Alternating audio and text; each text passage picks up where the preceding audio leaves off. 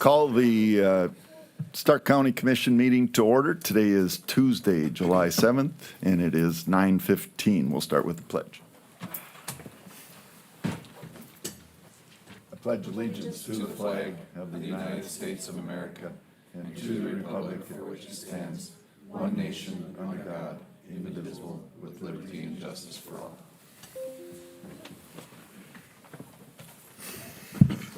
Okay, thank you. First item on the agenda is to ratify the agenda. Are there any additions or deletions? I would like to see if we could move Southwest District Health budget ahead, because Sherry's got another county commission, or several more to make today, but she's got to be in Medora earlier, so if we could move her up somewhere, I mean, it doesn't have to be right away, but Okay, as long as she's out of here by maybe just before 10. okay. We'll try to accommodate that. Chairman Messer, we have some 4-H participants here. I'd like to add to the agenda and have a little 4-H parade of champions, if you will. Okay, Did you want to add Vision Zero? too? yes. So Vision Zero, we're also adding to the agenda with a report. Anything else? If not, I would entertain a motion to approve as amended. Do we need to, them two invoices from, They're in the new 2 edition. We need to add those under park Yep. items. Okay, Yeah, under that or payables. okay, got it.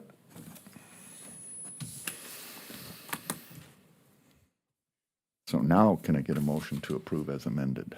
So moved. So we have a motion by Commissioner Claris, second? by Commissioner White. Any discussion? Hearing none. All in favor signify by saying aye. Aye. Opposed, same sign. Motion carries. Thank you. Minutes. So we have in front of you minutes from our June 2nd regular meeting. Any corrections?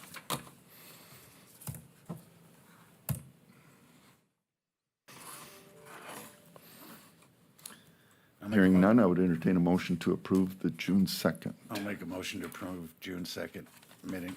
by meeting Commissioner minutes. White, Second. by Commissioner Franchuk. Any discussion? Hearing none, all in favor signify by saying aye. Aye. Opposed, same sign. Motion carries. Thank you. Minutes for our special meeting on June 23rd. Mr. Chair, I'd move to approve the June 23rd minutes. Okay, motion by Commissioner Claris. Do I have a second? I'll second. By Commissioner Franchuk. Any discussion? Hearing none, all in favor signify by saying aye. Aye. Opposed, same sign, motion carries. Thank you. Okay, accounts payable. You have in front of you the accounts payable.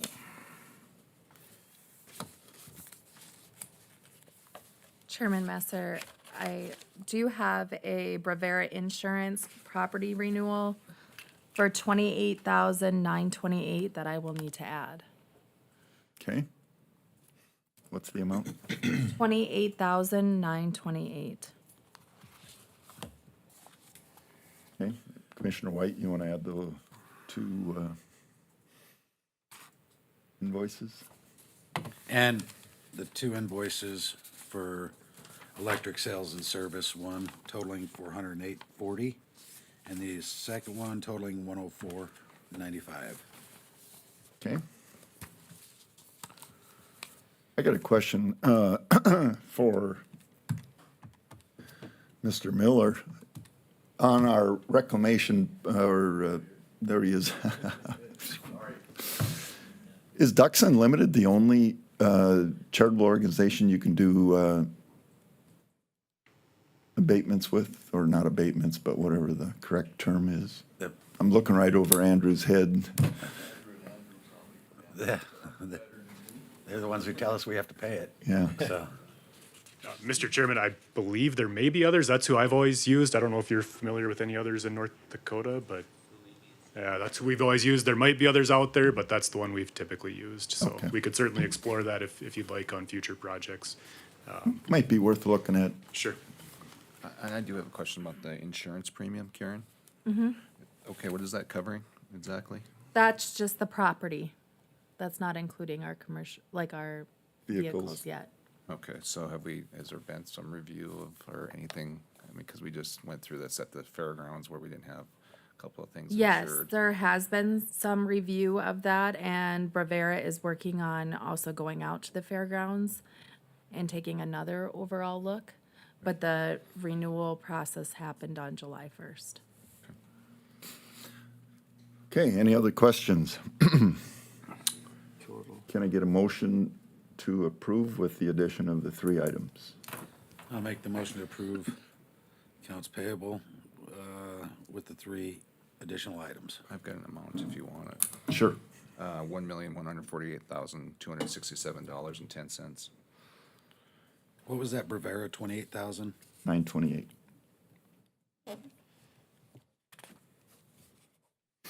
Okay, give a motion by Commissioner White. Can I get a second?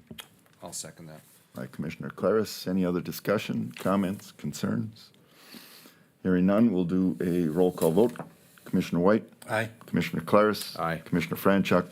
Aye. Commissioner Marsh? Aye. Chair votes aye. Motion approved. Years of service recognition. Got a couple individuals.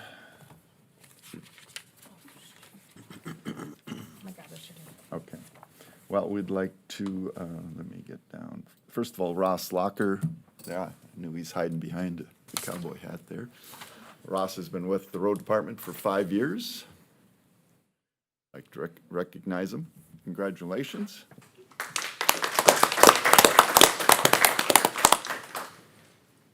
And Steve Byrne with the sheriff's office, also 5 years. Congratulate him. We'll get them their certificates. Sheriff will get Steve. That would be appreciated. Okay, let's do the Park Board Commission items. Any action items? The camera system for 32,850 to consolidated. Okay. You want to make that motion? Before you do that, just, you asked about the financial situation there and where you take that from. Right now, the county park, that special project fund has 376,000 in it. And then you approved in the park to pay 265,000 in bills, right? So that leaves you 376 minus 265. 112. And then we have that overage for 49,000. So that leaves you roughly $62,000 unless you, and then whatever else you guys have outstanding. So that's what's left in that fund then after that, about 62,000. Okay. This would use up 32 of it, half of it. Right? Okay. Ross, you want to come forward? We'll just put a hit pause button here. Congratulations. Thank you. We get to do a picture. You need to. Oops, there we go.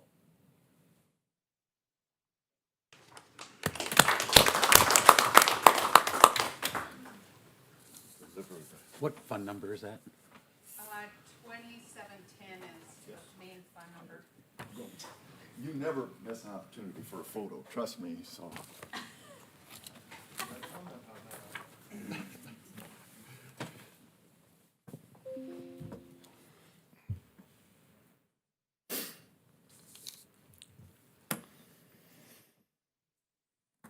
Okay, so you want to make that motion? Yes.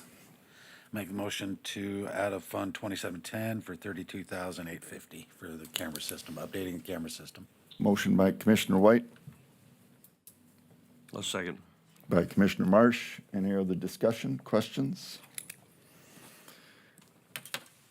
Hearing none, roll call vote. Commissioner White, Aye. Commissioner Marsh. Aye. Commissioner Franchuk. Aye. Commissioner Claris. Aye. Chair votes aye. Motion passes, is approved. Okay. Anything else on the park board? I think that's it. Okay. Fair, the Rough Rider Commission bills? Okay, should we approve that 100? Yep. What What was that? So I'll make that motion to approve 85. the 85, is it 85,000? 85,000 to be paid to the Rough Rider Commission. Okay, For by reimbursement. Commissioner White, I'll second that. Commissioner Claris. Any other discussion? Roll call vote. Commissioner White, Aye. Commissioner Claris, Aye. Commissioner Franchuk, Aye. Commissioner Marsh. Aye. Chair votes aye. Motion approved. Okay. Now we can move into the sheriff's report. Chairman, Commissioners, good morning. You should have my report in front of you for the month of June. If you have any questions on those numbers, I'll stand for those right now. In addition to those, a couple of things we wanted to touch on. Obviously, the library opening and the events in Medora this past month. You should see a rather large overtime bill, especially for last week. On the Wednesday that the president was here, we had several people out manning. A lot of that was done on straight time, which was nice. We pretty much used all our resources that day for that project. We were tasked with manning every underpass, overpass in Stark County with 1 to 2 people. Basically, the president's contingency route if he had to bug back to Bismarck by vehicle. So we didn't necessarily have to close any traffic ways, but had to be in the area for that. And we did assist the Secret Service with that project. We did also house one of the Secret Service vehicles in our garage on the 1st into the 2nd, so we were able to help with that. They were very grateful. They wanted to say thank you to you guys for that as well. That day I did go out to Medora. Mr. Trump wanted a picture and to shake my hand with me, so I did go out there. I'm surprised that's not included. Yeah, I know, I was gonna put it up there, so. So I went ahead and did that for him.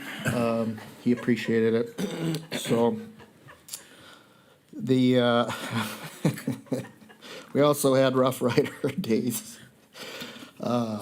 Stuff going on at the end of June, beginning of this month. Everything went very well. I will say the carnival was probably the most challenging aspect of Rough Rider days for us. We obviously did have some weather come in on that Saturday, but we also had a couple of incidents out there which we have not had in the past. Most of those involving juveniles, but there was some adults that chimed in on a couple of those incidents. But even with our presence out there, which usually deters all that stuff, we did have a couple of incidents out there this year. And the carnival was shorter by 1 day. I think that was mentioned in your park board meeting. It usually runs Wednesday through Sunday. It was Thursday through Sunday this year, so it was nice that was shortened up a little bit from our standpoint.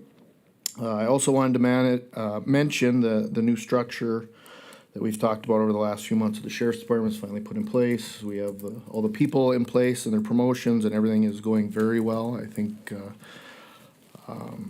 this is going to be a very positive structure for us moving forward. So that is going very well. So thank you for that as well. Any questions? Thank you. Thank you. Hearing none questions, we'll move right into Sherry, if you want to, where is she? There she is. Well, thank you for accommodating me. I have to go to Medora Beach and Bowman today, so it'll be a fun road trip. For the record, my name is Sherry Adams. I'm the Executive Officer for Southwestern District Health Unit. Just a couple things before I go over the budget. I want to commend your county on working together with Billings County for the event. I was there the entire week. I did not get asked to take a picture with the president, so there's that. But a lot of hard work went into planning and preparing with your emergency management team, Elena and Brad. And I think overall, the numbers weren't quite what we thought they might be, but the plan worked very well. So thank you for that. I think it was a good, successful mission, and always a good thing when the counties can work together so well. For the budget, as you know, we have to have the joint meeting, and that will be August 5th at the health unit. Because funding keeps getting cut, this year you'll only get crackers. No, I'm just kidding. We'll have some kind of sandwiches or something for you. Not a lot of changes. I'm going to hold even again. I think this is about the fourth year, or fifth, I don't remember. And hold even meaning asking for $1,575,000 for all 8 counties. And it's a little bit more challenging this year. We'll probably have to break in a little bit to some of the extra, we don't have a lot of emergency funds, but break into a little bit. However, I do understand the challenges with the proper tax and increase and all that. So I think we'll be okay to do this one more year. I've had, unfortunately, one staff passed away and another staff retired, and so I will not be filling either one of those positions. If you look on page 1, a lot of our grants are either going away or being decreased. We were able to get a very small rural health transformation grant. Right now, the focus with that big grant on the health side is the hospitals. And so I think a lot of our hospitals across North Dakota will benefit from that rural health transformation grant. We were able to get, it says 80,000, but our final figure was about 75,000. That is more for community outreach into some of the smaller towns throughout the counties. With that and being able to decrease, not having to hire additional staff, this will probably be the last go round of that I'm able to do, because we're pretty much at bare bones right now, but we will get through. Another thing with immunizations and vaccinations, obviously the counts are going down because of some of the beliefs that are out there. So our purchasing of vaccine is going down, as well as our from insurance is going down, but that does help our bottom line a little bit there. So no real other changes on the first page. On the second page is our disbursements. Not a lot has changed there. I did decrease the salaries a little bit based on getting rid of, that sounds terrible, not replacing the staff. I'm holding a little even on the insurance. We know there's going to be an increase, but again, with decrease in staff, I'm able to decrease that insurance as well. So really, again, not a lot of changes on the second page as well. As far as disbursements, we're hoping. Unfortunately, what's starting to happen, which you're seeing with everybody across, computers are needing to be updated, vaccine refrigerator, everything's starting to die at the same time. So we'll be watching some of that and see where we can be diligent in some of that efforts as well. So really nothing else new or different from the last few years, but I will stand for any questions. How what? Well, we've been really lucky. We had Corey, and now we have Bernie, and Bernie has been asking lots of questions, and very good questions, so staff have been very impressed, so he's doing good, so thank you. You did a good job too, though. Can you give us the short version of the, I know you were doing double dipping at the state with the Yes. Rural Health Initiative in the big, beautiful tax bill, how that's going? So, like I said, part of that, the majority of that money is being allocated to hospitals across North Dakota. There has been some money that's gone out for nutrition and also for exercise. So I think some of the park boards have been able to apply for some of the money. Some of the NDSU extension, I think, has been able to apply for some money. Some of the funding's going to NDSU as well as UND. But there's not been a lot that's been able to trickle down to other sources of funding. So I'm hoping year 2 that will change, where maybe our local ambulances, maybe public health, maybe some of our clinics, some of those can also start applying for some of the grants and get some of that. So it's been a little bit challenging this year, or just go around. So I've heard a little bit too that the time frame when the grant is announced and the application deadline is so small that. 2 weeks. Yeah. So is that going to continue, or what's the improvement? Well, or the- I'm hoping that changes as well. Trust me, I have been very vocal. I know you're shocked. Trying to be the voice for the locals, because the whole process has been very challenging to get a grant notice and then have to get it all together in 2 weeks. And then the whole process of Medicaid trying to approve it has been a challenge.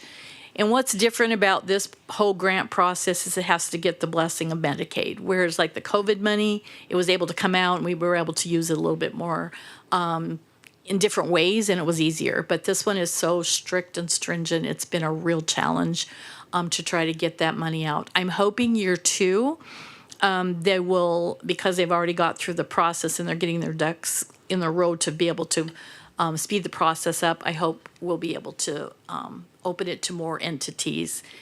And like I said, more for the small communities that need some of the funding. Okay. Sorry. Good question, though. Sorry to divert you off. No, that's fine. Yeah.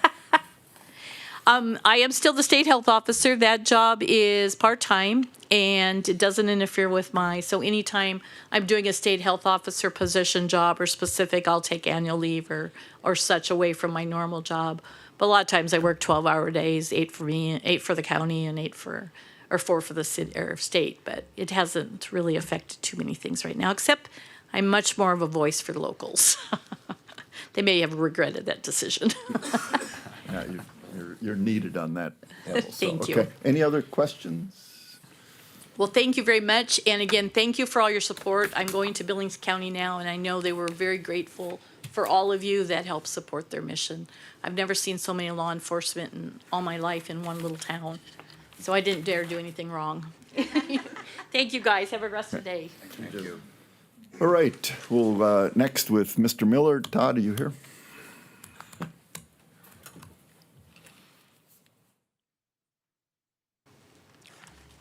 Good morning, Todd Miller, Road Superintendent. I'm just gonna go through some of the things that we've been doing. Blading operations, of course, is, we're getting moisture, which is great. We'll be able to go out and do some more blading. We've been doing some hauling operations, at the shale pit. We emptied that completely now, and we did 6.7 miles, was 11,393 yards. Our measurement prior to that hauling was 11,804 yards, so we're pretty close to what that measurement was. Our gravel pit, we're at right now is the Jaeger pit, and we're doing some work up on 34th Street, and we did some on 109, and the other one is on 110K, I do believe it is. And we're doing 8.7 miles of graveling there at 22,000 yards will be hauled.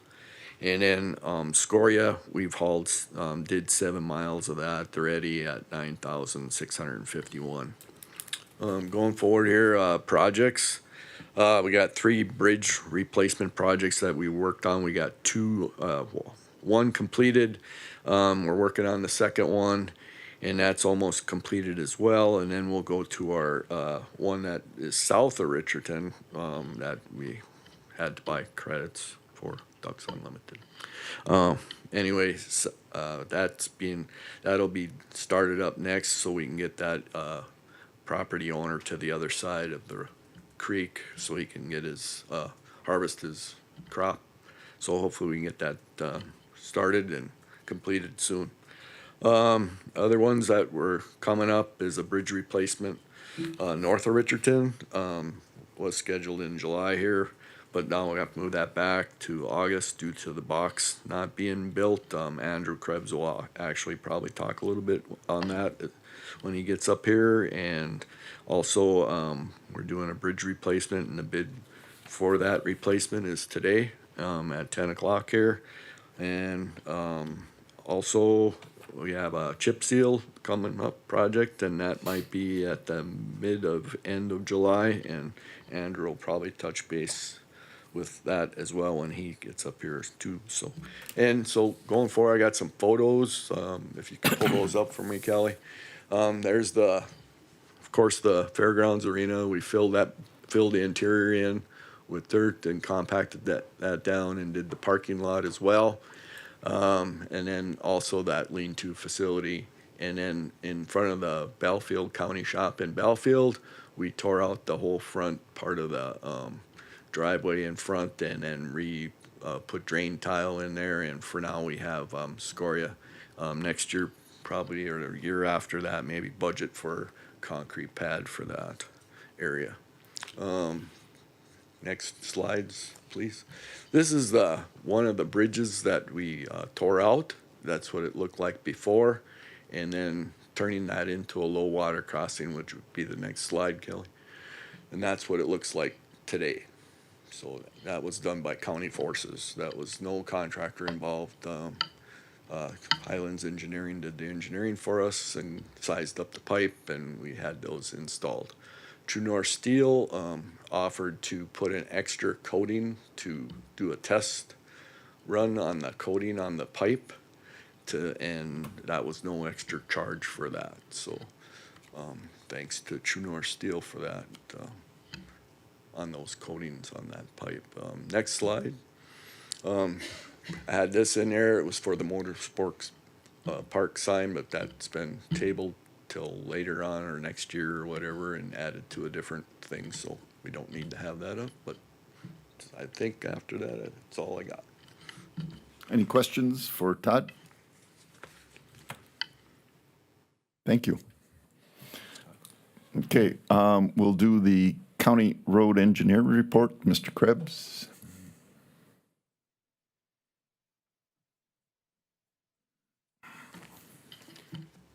Hi, good morning. Morning.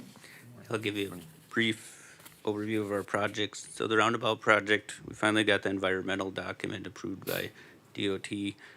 So now we're working on our utility coordination, and then I'll be finishing up our PS&E plan set to review, and then that one's should be on schedule to bid probably around January when that funding is available. The West Broadway Street HMM overlay. So that chip seal, it's scheduled for this season yet. I talked to Northern, and they may do it around the same time as Aztecs doing the rest of the chip seals, or possibly hiring them to do it. So it may turn out to be in the same time. The 30th Street structure replacement, like Todd mentioned, they wanted to do it in July, but the box culvert wasn't built yet. It's coming out of ECP in Rapid City. So it'll probably be built around early August, but they won't be able to haul it until the Sturgis rally's over. So I would anticipate sometime after that he'd want to start but it'd depend on the rest of his schedule. So more info to come on that, but I would estimate middle August or so. And then the chip seal, that one, I guess I was estimating around late July, early August is what the contractor told me for that project. So do you guys have any questions? Any questions for Andrew? Thank It's you. just exciting that roundabout keeps getting closer, and I'm really excited for that project. Yep. Yeah, and everybody will know how to use them after the Dickinson ones are done, right? Right? So, yeah, thank you. All right, thanks. Andrew, are you given any report? Just observing, okay. It is quarter, so let's go ahead and do our 4-H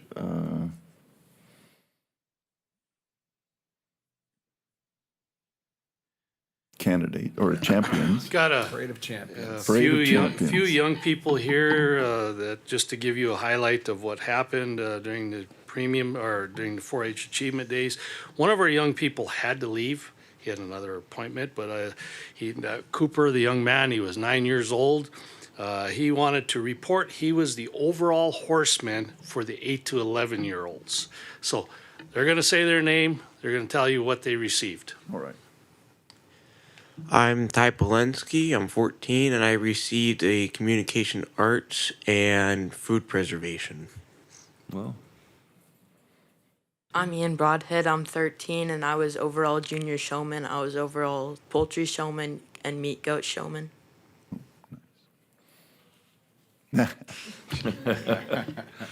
I'm Ella Broadhead, and I'm 8 years old, and I got reserve champion on goat showmanship.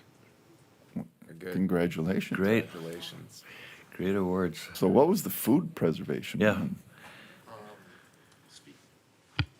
It was a banana pie bite, so it was freeze-dried banana with pie pudding on top, and then I'm pretty sure it was refreeze-dried again to keep the pudding hard and solid on it. And this was your invention? I think it was created before, but it does taste like a lot of banana. Great. Do we have names for these meat goats?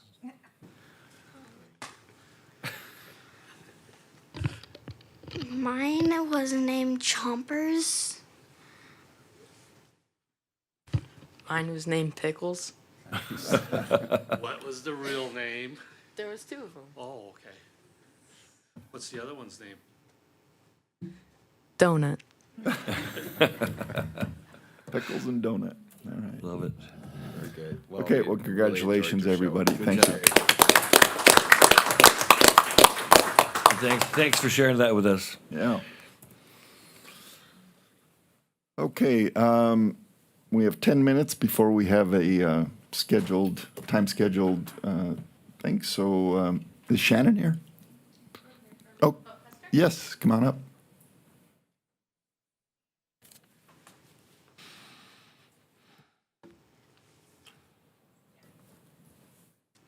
So we're Andrea Bowman and Jessica Buer from the Roosevelt Custer Regional Council. We had to divide and conquer today, so Shannon is at another county commission meeting. And we just wanted to give a little update on the Roosevelt Custer Regional Council and what's been going on lately. I'll wait till Jessica gets all of those passed out. Thank you. So in your folders that we've provided you, there's a lot of information that just kind of goes over the things that we've been working on over the last few years. And I'm not going to go in detail over all of it. As all of you probably know, Commissioner Neil Messer does sit on our board. We are governed by a board of directors, and so we appreciate Neil's time and service to our organization. So starting out, there is our annual report. And jump in whenever you want.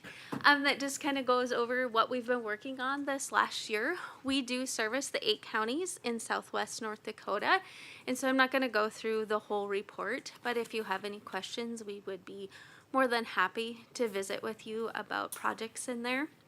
One of the things that's exciting for Stark County in there is the city of Belfield. They do have a CBDG grant, and that it was for they got $1 million of funding for their West Lift Station project. So that was exciting. That impacted Stark County for sure. There's a lot of other things that have happened throughout the year. We focus a lot on technical assistance, some of the different grants that rolled out. You were just talking about the RHTP grant. The regional councils have been tasked to provide technical assistance for that project. And just as you were discussing with Sherry, it has been a little bit challenging because they come out very quickly. 3 were released in the last couple days. 3 what? 3 grants through that have been released in the last couple days. One of them was specific to education. The other 2 were targeted towards hospitals. So we did work to get that information out to our education systems and hospitals in the area. Do you anticipate any apps as a result of that distribution of information, you think, from local, in our region? We're optimistic at this point, I think. I think definitely the hospitals will have some applications. The schools, it's a really hard time in the cycle of the school system right now because we don't have some administrative staff isn't actually in the office working right now. So in the school districts are in the process of changing administrators. This is their turnover time, but we're optimistic that we can help them apply for some funding. What was the name of the grant for the lift station for Belfield? It's the CDBG grant. You better tell them. So what does CDBG stand for? That's the Community Development Block Grant. Okay. Very good. Anything exciting on the horizon that you're working on that looks positive? Yeah, I think a lot of exciting things. I think it's an exciting time to be in Southwest North Dakota. In your packet is an executive summary of our completed strategic tourism plan that was done this last fall. So that one in your packet is for the region as a whole. And then we have specific ones for each county. So Stark County has their own specific one. We have a leadership program coming up. We've extended that deadline to Friday, July 10th. So there's a brochure in there for that. If you know of anyone that would be interested in being in a leadership program, specifically here in Southwest North Dakota. And then I think the other exciting thing we have going on is we do have office space in Dickinson now. So Jess and I will actually be going to work there, and we have a meeting set up there for this afternoon. And the Roosevelt Custer Regional Council, we house the SBDC for all of Southwest North Dakota now. So you want to talk about that just a little bit? Yeah, so Sarah Nagel in our office, she is the director for the SBDC for Southwest North Dakota. And she currently in Stark County has 48 active clients and just over 460,000 in capital infusion. And so that's really exciting. She is in Dickinson currently once a week on Wednesdays, so she will be at that office space. So we'll be posting her hours weekly. If you know anybody that would like to meet with her, we can definitely get you guys set up with her for that. So what does SP? So many acronyms. Small Business Development Centers. So she helps businesses get started, get their business plan going, helps with projections, all of that fun stuff. So she's very knowledgeable in that. Great. A lot of support to existing businesses as well. And I think those are some of the highlights, some of the things we've been working on. We do have our funding sources as well. Our funding sheets are in your folder. And then we have our letter in there, and that is our request to Stark County for your support, again, in 2027 as you work to plan your budget. The amount we're asking has remained the same. And this money is important for us because it helps with our match. It helps our federal EDA match. So we do rely on buy-in from all of the 8 counties that we support, and we greatly appreciate that. So federal match is what, 50-50, 60-40, what is a federal match? I don't know if I can answer that question, I but think I it will depends get, on, I think it's depends 50. on the project. I think Okay, so. that makes sense. I will get an answer for you on that. I don't want to answer incorrectly. Okay. Any questions? Any questions for Andrea or? I'm anxious to go through this, but I don't want to be going through this when you're talking, and then I'm going to miss what you're saying. So we have to. Yeah, it's put together very well. Yep. Yeah, and our contact information is in there, so feel free to reach out. And if you would like to just sit down and visit with us, we're in Dickinson here regularly, so we'd be happy to set up a time just to visit about what's happening with Roosevelt Custer in the region. We're blessed to work with all of the counties and cities in our region, and then also bring that regional perspective and kind of be the connector and bring everyone together. So I'd ask you just real shortly, we talked at our annual meeting about the attack on commerce, right? On the, where there's a lot of challenges from the Department of Commerce to get these kind of programs initiated, funded, and approved without thinking that there's some notorious acts being involved. So I don't know if you want to comment on that. We talked at length about it, and I think it's important to know the role that our regional councils play, number one, and that, how much work and effort is done to provide, for example, a community grocery store that doesn't have, to a community that doesn't have grocery stores and those kind of things. So, Yeah, The funding that has came through the last session through the Department of Commerce through different grants has been really important to the different organizations we work with, and we do provide a lot of technical support to the organizations that rely on those funding. You referenced the rural grocery store grant. We were able to help a few different grocery stores prepare grants and submit them for that. We were awarded 2 in our region, and so we're just finishing up the second one now, and that's the Gulva grocery store. We were able to help them get new coolers and flooring in the Gulva grocery store. Nice. Another one was the Rural Catalyst grant.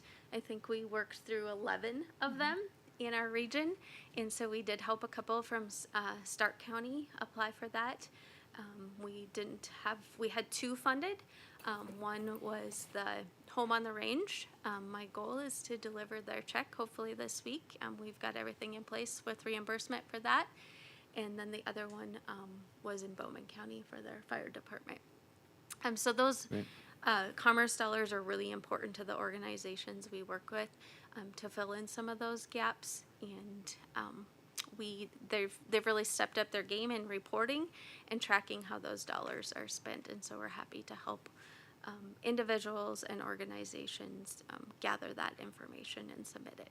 Okay, well, thank you. Great. Thank you. Thank you. Thank you. Okay, so it is 10 o'clock, and we have 2 public items on our agenda. One is the abatement hearings, and the other one is our bid opening for the Belfield Bridge replacement. I think we could do the bid openings where Amanda and Karen kind of oversee that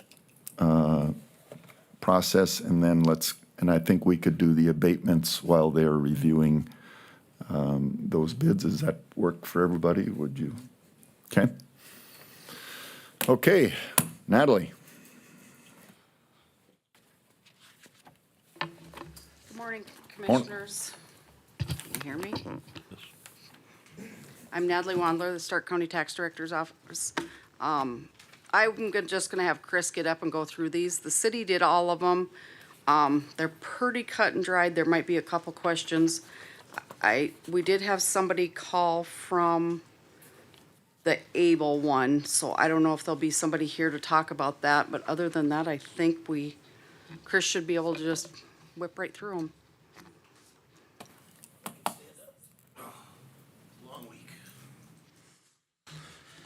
Good morning, Commissioner. Morning.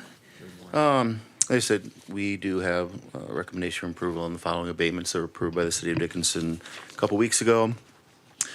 Did you want me to address them individually or just kind of go through the list? Okay. Yes. First of all was the Cook Properties, multiple parcels. I think there's 10 or 12 parcels. These were all, at the time they were split several years ago, they should have been put in a non-taxable status, and they were not. They're water runoffs, and one of them is actually a well site with a runoff as well. So the city's in the process of possibly taking these parcels over, and that's when the planning and development found out that they shouldn't have had a value on them for several years. So parcel 118914000600, we'd reduce the 2024 value from 3,800 to 0. Parcel 118914000600, same way for the year 2025, reduced from 12,600 to 0. The next parcel is 118914000700, same for 24 and 25. 24 is reduced from 36.2 to 0, and the 2025 from 72.3 to 0. And then parcel number 118914000800 for 24 and 25. 24 is reduced from 36.1 to 0, and the 25 from 72.3 to 0. Next property is a little bit different as far as the unusable portion of that. It's 118914000100. Portion of this property actually has one of the city water booster stations on it. So what we did was we took the footprint of the land, reduced the value for that, or removed that pricing for the footprint of that structure and fencing, and changed the value down to 43.6 for 2024 and 30,600 for 2025. 87.3 for 2025, which is just like it says on the sheet there, is just value remaining of the footprint of the city lift station. The other value is usable and valued. Parcel number 1189110000600. This is, well, I refer to it as the oil well site just because I know what it is, but it's the same thing. It's an unusable property that some water runoff for street drainage and things like that. 2024 value reduced from 72.7 to 0. The same for 25. It just so happened those values were the same each year. That is all for the Cook properties. Okay, any questions for Chris? I guess the question I would have is, I realize a lot of these are going to the city for, and. That's possible, it's not completely done So yet, at what but- point does a vacant land lot become zero value? I mean, everything has to have, really has some value, even your stormwater retention sites have value. Well, I mean, a lot of our properties that are unbuildable do have a zero value on if there's. Not with stormwater sewer, stormwater retention, they have value. Because we own a couple of them because they came back to us because there was value on them, so. I'm just I mean, it'd wondering. be something we look at, if it's brought to our attention, at least it hasn't been brought to my attention, it's something I could look at as well in the future. Okay. Okay. Because I mean, I have no problem with this, but to me, it's like unbuildable is not unusable, so, anyway. Right, yeah, I've had that arguments previous with retention ponds and stuff. It Yep. still serves a purpose. Yep. Yeah. So, okay, And any it's a other cost. questions? Hearing that, the city recommended all the value recommendations you made this morning, correct? Correct. Okay, so can we get a motion to, well, what's your thoughts? Might be different than what mine I guess I'd make a motion to follow the city's recommendation on these properties. are. Okay, by Commissioner Marsh. Can I get a second? I'll second that. By Commissioner Claris. Any other discussion or questions? Hearing none, all in favor of the motion signify by saying aye. Aye. Opposed, same sign, motion carries. Thank you. Next. Next is 23 Street Apartments, LLC, Able. There's two separate parcels, and basically what it was on the request for the abatement was the low income versus the for-profit footprint of the apartments available to the Able residents that actually live there rather than to low income. So that was the requested reduction by the abatement filing for 25. So the 11810503600 2025 value reduced from 500,700 to 494,556, which is a reduction of $6,144. And 11810500280 for the 25 value reduced from 1,508,700 to 1,505,492, which is a reduction of $3,208. That would be it for the 23 Street Apartments. Okay. So is that the difference, for example, on the first one is $6,144? That's just accomplished by reviewing their rent inventory? How many are It was subsidized? by the information provided on the abatement form that they submitted and the requested amount that they had asked for a reduction in. Okay. And that's something we're gonna have to get with them. They have some, another purchase that they made on the north side of town. They still have yet to submit some exempt paperwork, so we need to get with them and we need to, moving forward, think of a different way to review this prior to the abatement process, so they have everything in line and they are able to file without it clearing one entity before you find out that there's some questions on it. Yeah. So the makeup of the first unit, the first 12 unit, is that ones, twos? One-bedroom units, two-bedroom units? I'm looking at Mr. Klein. I'd like to embarrass Mr. Two-bedroom, Klein. Okay, They are so what? we need to talk after we're done, if we could, too, on this. Because we have paperwork that I needs to can be. explain the calculations. Sure. About them. Sure. Come on up. Go up to the microphone, please. So for the 1257 property, that is 6 units. They're all covered under HIF, so it's 100% HIF. For the 1197 units, it's 12 units. Can't remember my number. The one, so then we have them covered by HIF, there is 4. So what we're requesting is, since they're covered under HIF, that portion of the property taxes that we pay is a part of, is abatement, so that we receive that money back after we pay it.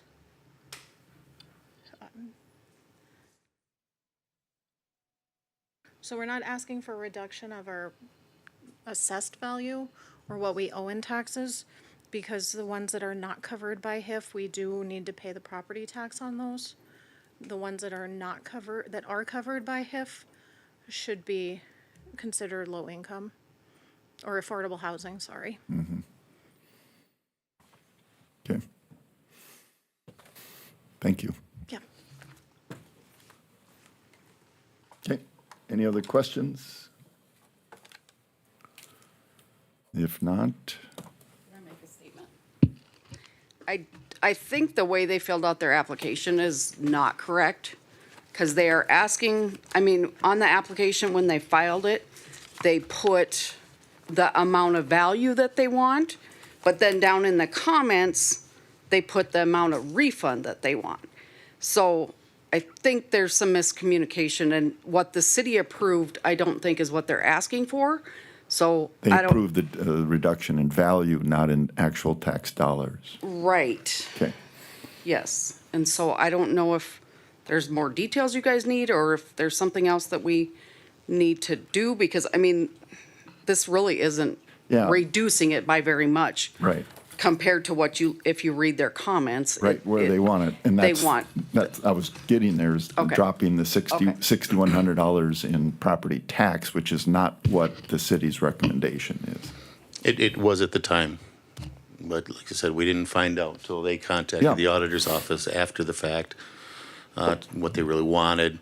We still have yet for 25 or 26 have any exempt paperwork filed on behalf of Able for those locations either. So what- we'd like to meet with them Yep. at a future date to fix that moving forward. So your recommendation is to drop by the full value of 6144 and 3208. At this time, that would Yep. be the recommendation because there's no ability to change the filing after the All right. fact. If there's no questions, can I get a motion to that effect? Make that motion. Okay, by Commissioner Claris. By Commissioner White. Any other discussion? This is what you want it to be, or? This is what the city approved, This is what the city approved. the reduction in value, overall value. Okay? Okay. I guess. Okay. Will, all in favor of the motion signify by saying aye. Aye. Those opposed, same sign. Motion carried. Thank you. You guys look as confused though, too.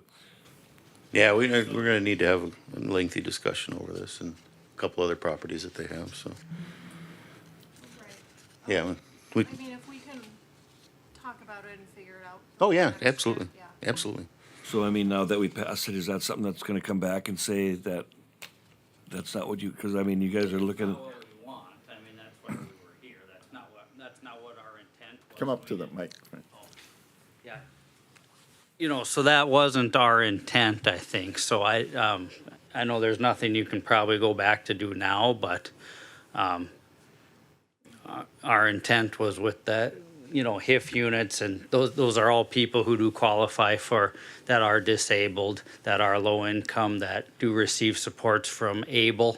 So from those units is where we were asking for the, you know, to be exempt, that for those units in that, I guess there are 30 units, not the reduction in value. So I know you approved the reduction in value. We didn't know our application was not correct until we got the letter, so that's why we're late on this. So, so I don't know if by approving that, by going back, what our options are now. I think you're gonna have to amend your abatement. Our abatement's final. I don't know that they are final. Understand they are, they can't. You can't file for 25 again once it's already been filed, so Okay. I don't know. That's where we're Maybe kinda amend stuck it. with. trying Well, to then figure I, out where then it's I would going. recommend that we table this. Yeah, That's what I was sort of, Is there a deadline on the abatement application? because we don't want something that's approved that we're not intending. Yeah. Right, Well, my that's- question is, so they have the HIF units, do the political subs within the taxing district, where is their role? How's the Dickinson School District benefit from this particular property? How does Stark County, how does the city of Dickinson, if you, as your application in the one line says, want to take the taxable value to zero? I think this is different than a church or the other Yep, tax it is exempt. because it's a mixed population, because like, we're not debating at all that we should pay property taxes on the units that are not low-income qualified or HIF units. That's, But if you're 100% occupied by HIF units, you pay no property tax. right, but That's we're what- not, we're not 100%, Can you be 100% occupied by HIF units, potentially? no. We probably never will because of mixed population and with some of our rules to have everybody with disabilities in one area, the state kind of frowns on that. So this would always, I mean, I can't tell the future any more than anybody else, but I always see this as being part HIF units and part open to the general public. And Neil, I can answer your question about the amendment. 57, North Dakota Century Code 572306 states that at a hearing before the county commission on an application for abatement, the applicant or applicant's representative or attorney is limited to the relief claimed in the application for abatement. Got it. Submitted. So that is what you'll have to, Okay. Well, if they're intent on receiving the 6144, I think you have a challenge because the city approved the valuation change, not the property tax reduction change. That's going to be a challenge in this regard. Yeah. So I think I mean, we can do something different than the city does. yes. But, Well, I just don't know if we made the I right don't know that choice you there. can table it. huh? Oh, he asked about tabling it, and I don't know that you can table it. It says at the next regular meeting of the Board of County Commissioners following the filing of an application for abatement, the person may appear, attorney may appear, and it's pretty clear that it has to be at that next meeting. I can do a little more research here in a couple minutes, but Okay. if I'm going by the statute, I'd say you probably Okay. have to deal with it today. Okay, can we move this to later in the meeting, even though we have opened up an abatement hearing? You could probably recess out of it and then reopen it. Okay. Okay, well, let's push this one till the end, at least on the other abatements, and then we can see if you have enough guidance. If we're still not good, then we can recess out and come back a little bit later, so, okay. All right, let's move to Prairie Hills Mall. All right, Prairie Hills Mall was actually something we dealt with at BOE this year. We've been approached previous years about doing the income approach, and I think we've come in front of you before on this. So she was able to obtain more information for me from the previous owner. So we actually were able to do that income approach to value, which is parcel number 1110010000100 for the 25 value reduced from $13,568,000 to $10,740,000. That was straight off of profit and loss statements. Okay, and that's what, and the city approved the. Correct. It did a little different. Was it 10,740 or was it a different number? Yeah, 10. Oh, Oh, okay. we had. Yeah. Okay, gotcha. Yeah, All right. it was not the 1 million. So. Okay, so the 10,740,000 is what the city has approved. Correct.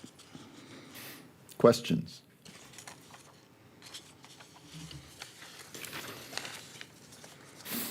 Okay, I would entertain some kind of a motion. If no motion, get.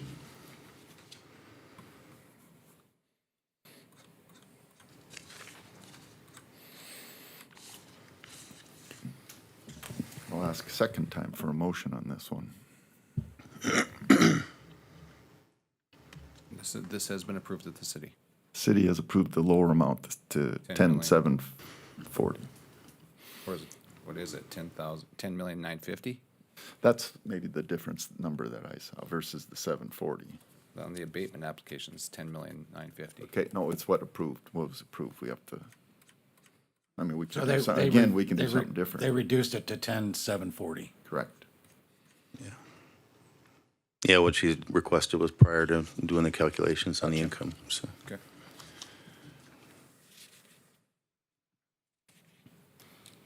Okay, I'll ask last time for a motion. I'll make that motion to go with the city's recommendation of $10,740,000. By Commissioner Franchuk, do we have a second? I'll second that. By Commissioner Claris. Any other discussion?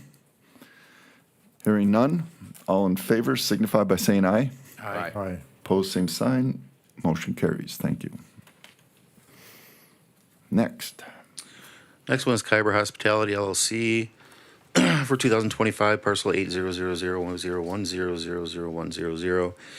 This one is actually the value that was approved by the city, was determined by reaching out to all the other large cities around the state, as well as the city of Dickinson with hotel sales.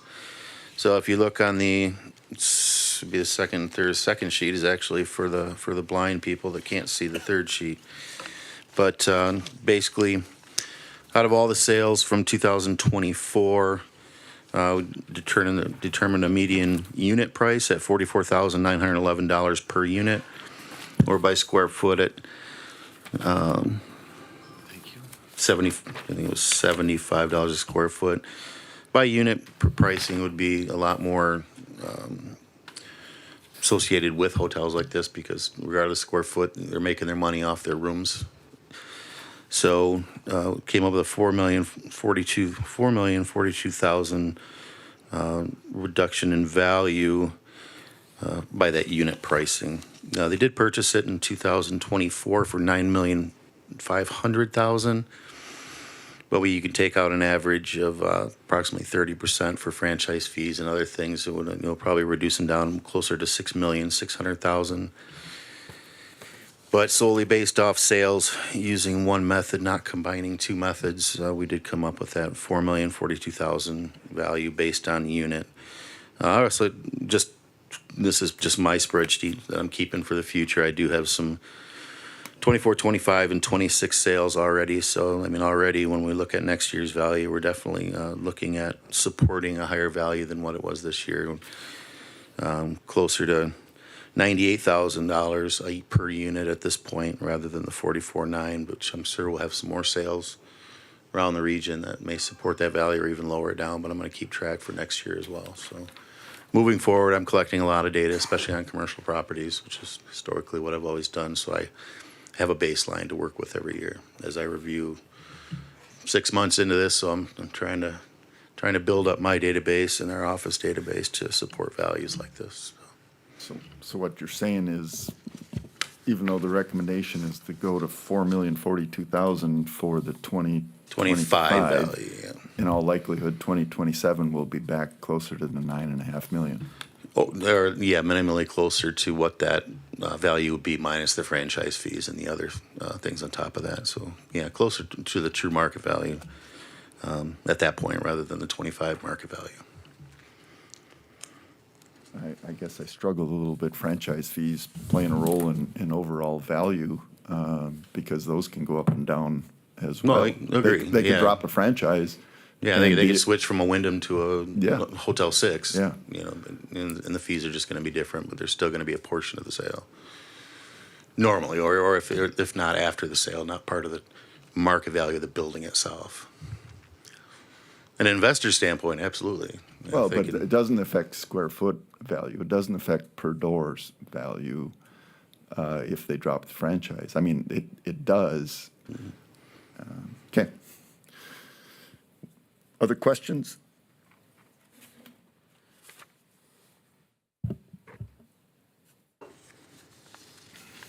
What's your wishes? Do you have a motion?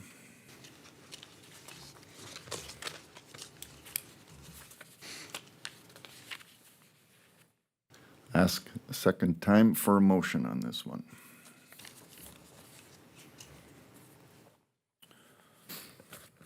Mr. Chairman, I would move to approve the abatement request of $4,042,000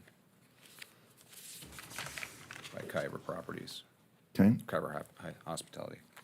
which coincides with what the city did. Correct. Okay, do we have a second? By Commissioner White. Any other discussion? I think you're going to have a lot of blowback if this motion gets approved 12 months from now, right? As far as what? Well, somebody's going to come knocking on the city's door and says, you doubled my property valuation. Yeah. That's what I would do. Yeah, which is why I can reach right back out to the market and do another study right. on for the following year. Well, It could change every year. I mean, market changes, you know as well as I do. it's your punishment, not mine, so. Okay, all in favor of the motion signify by saying aye. Aye. Opposed, same sign. No. Motion. Okay, please note Commissioner Marsh voted no. Motion carries. Okay. Which one?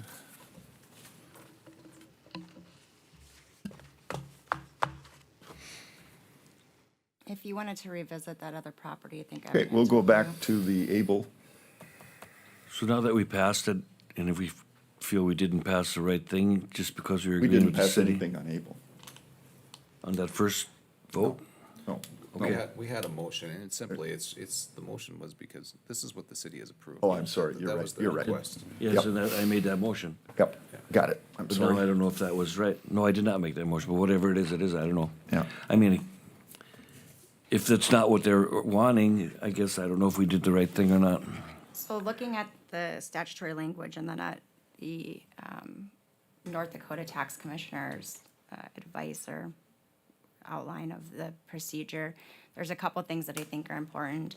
One, you do have to consider it at the next meeting, so this is the meeting that you have to consider the abatement at. And then two, like I said earlier, there's the applicant is limited to the relief claimed in the application for abatement, and that means that they cannot submit evidence during a hearing on an application for abatement suggesting a lower valuation, a lower tax levy, or a different taxable status than was requested in the application. So you can only look at what is in that application and the relief that is requested. So the application We is have to- also conflicting. Yes, it is. And the ability to go back to the city for another application is not available? Right. Correct, not until once you guys make a decision, they can either appeal that decision to the district court, depending on what you decide, or they would have to wait until next year to go through the abatement process again. But a year from now, they can they ask to abate 25 a year from now? I don't think so. I think. Yeah, this is I final. think this This is the is final, final. unless they appeal your decision and the district court, for whatever reason decides that you were in error. But the only reason you would be in error is if your rejection of it doesn't fit one of those statutory reasons. So we are limited to what's in front of us. Correct. We cannot read into this what the intent was. Yeah. Right, I agree, I And understand we, that now. and we passed the motion on the valuation change, not the dollar change. Right, and that's what was presented to us. Right. That's correct.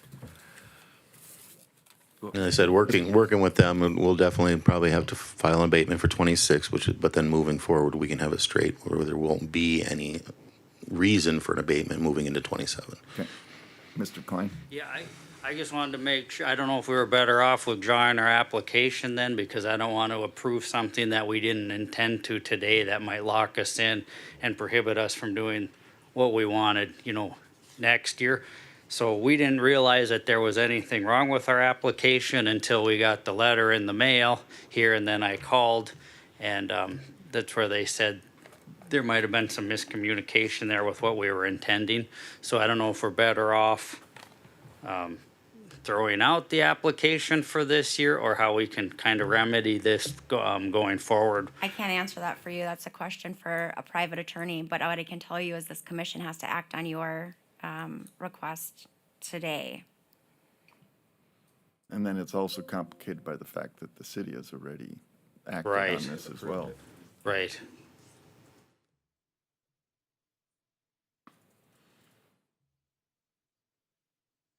Well, I'm not an attorney, but I don't know if we'd be better off. Did you stay at that hotel that we I just don't think lowered you the can, taxes they on? can't really, they can't pull their application. I This mean, has been- This has been, Well, you can, I mean, you could.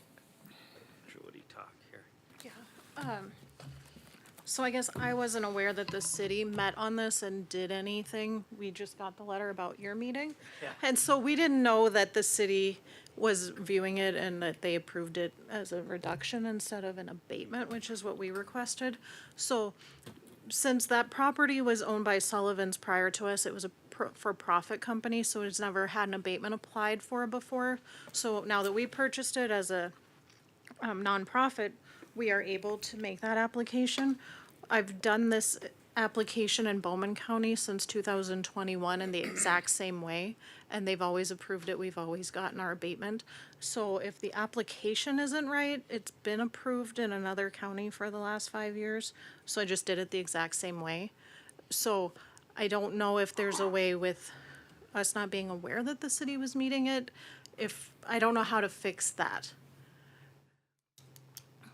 But yeah, we don't want our value, like, reduce the assessed value because we want to pay our fair share of taxes in the part that is not part of the HIF. So I had to break it out separately. So it's 3 buildings. The one building doesn't have any HIF units rented.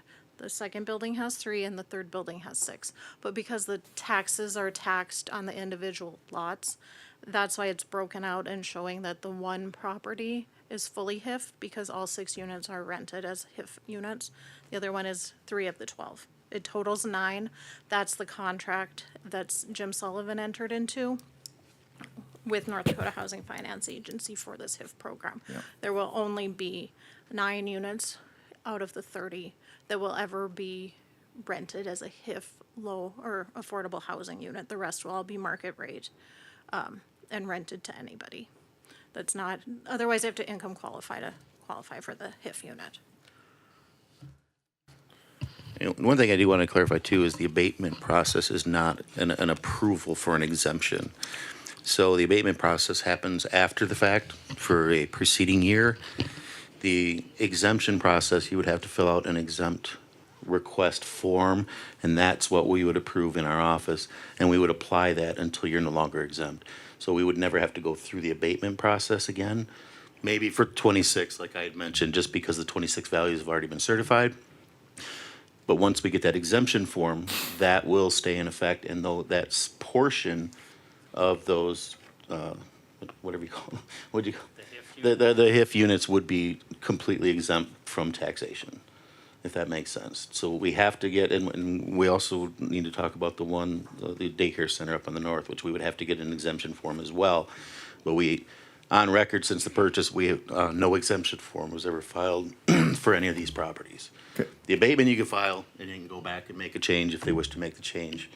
It's the exemption process. So what you're saying, the valuation doesn't change based on the occupancy and qualification of the HIF units, it's the property tax amount, which has to be applied for every year through the abatement process. Through the exemption process. Exemption process, excuse me. If we get this fixed, 26 would be the only one we would need, as long as we get the 26 exemption form filed within our office as well. But the valuation would remain constant. Remain the same, except a subject to- portion of it would be taxable, correct? Reducing it probably to what they're requesting that reduction in. Yep, our hands are tied here a little bit. I think so. Yeah. So, Okay, any wishes to change our previous action? we had a motion to approve. And I think Passed. it passed. We voted it passed. Yeah, so I think we're done on that one. Yes, Yep, okay, that's what it is. all right, thank you. Thank you. All right, let's do our bid opening real quick, and then we'll take a break.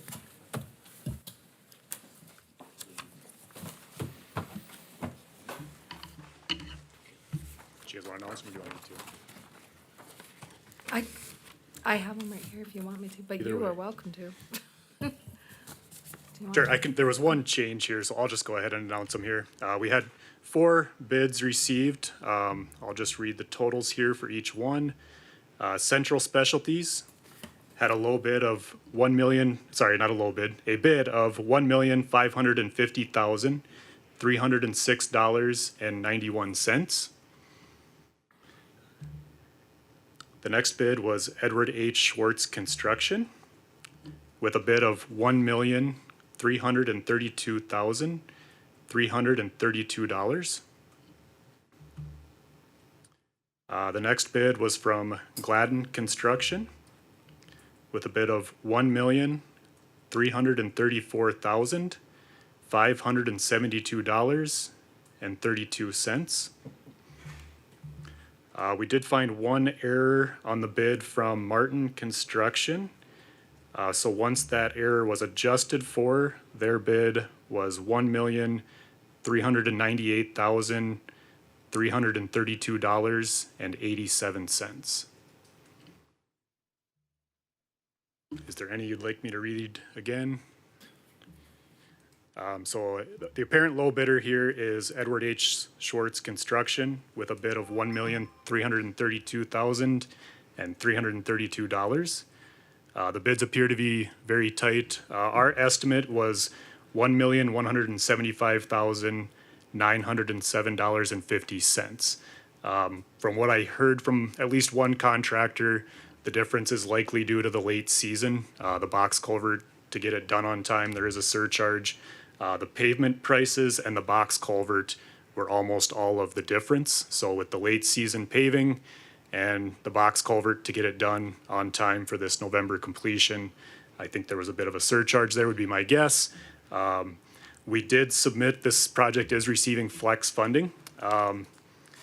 We did submit when we received the flex funding, I think it was $1,338,000 as a construction cost. So it's right there with what we submitted for our flex funding reimbursement. What's the engineer's estimate again?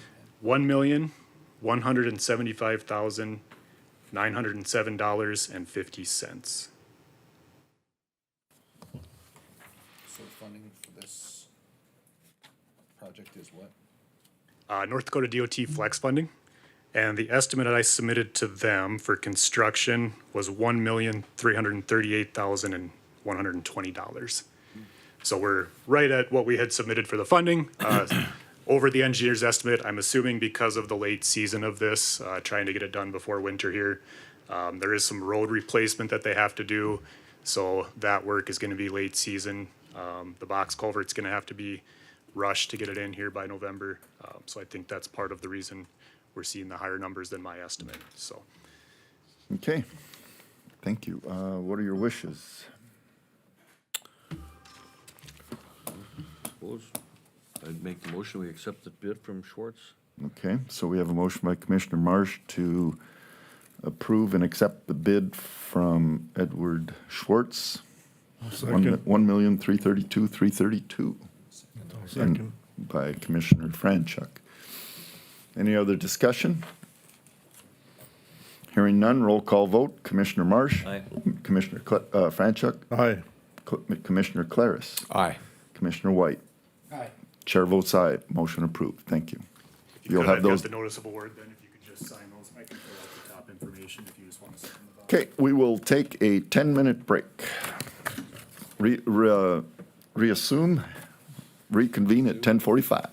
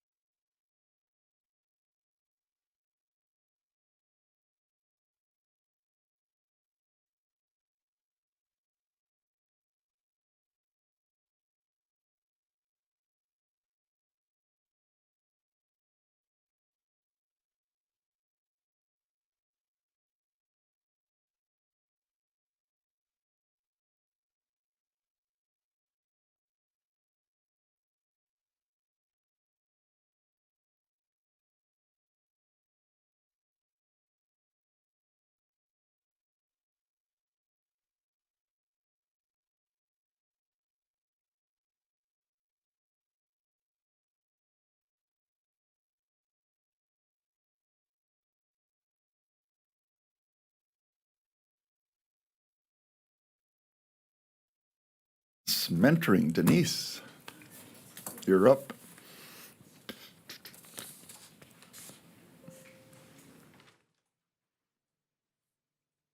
Good morning.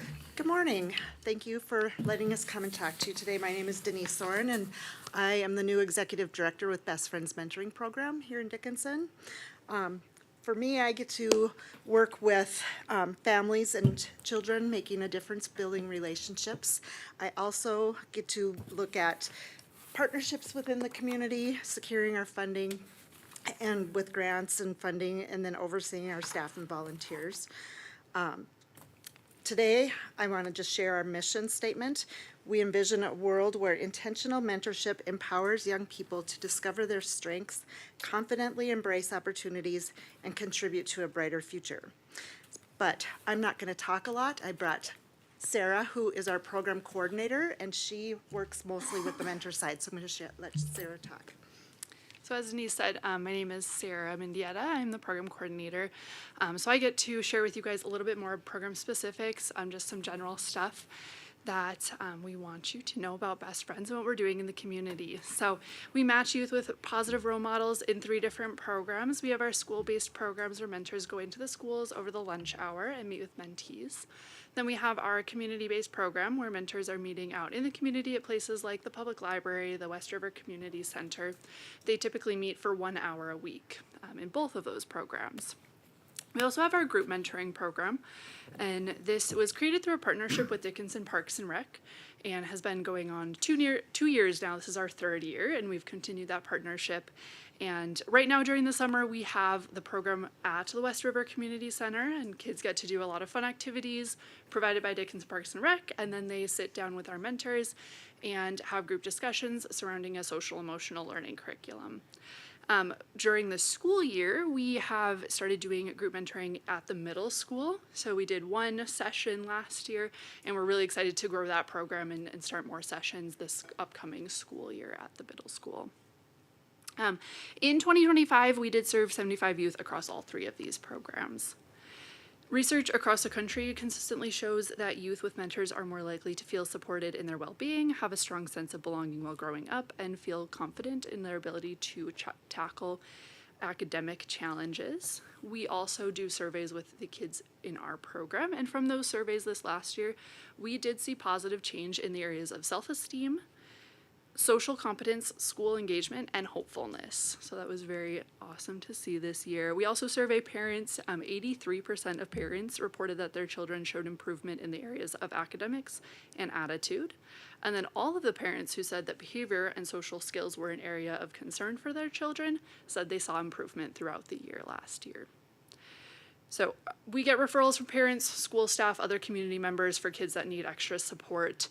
To kind of close out what I want to share, I just want to share a story about a mentee and a mentor in our program to kind of give you a look at specific what our mentors do. So I'm going to talk about Jackie. She is a community-based mentor who was matched with a 16-year-old. She was a junior in high school and really started looking at her plans for college. She's the first in her family to go to college, and so her mentor was a really important person for her to talk to about her plans.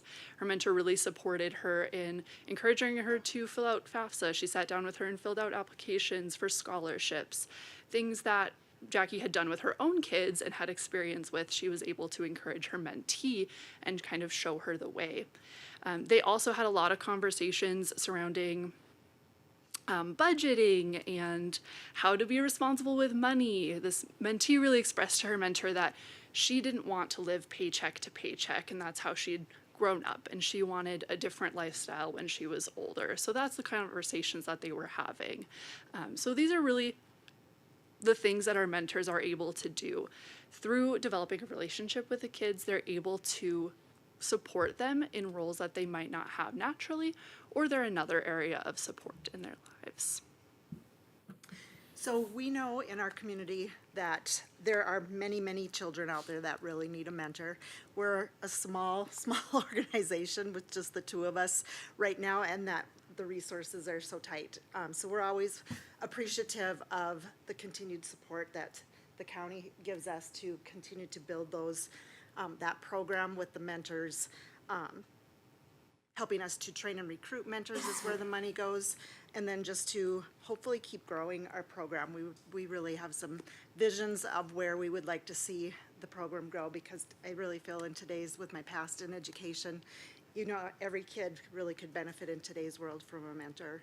So we just appreciate you taking the time today to listen to us, and we know we probably haven't been present for a while, so we wanted to come and let you know who we are and that I've taken over the role, and I just look forward to your continued support.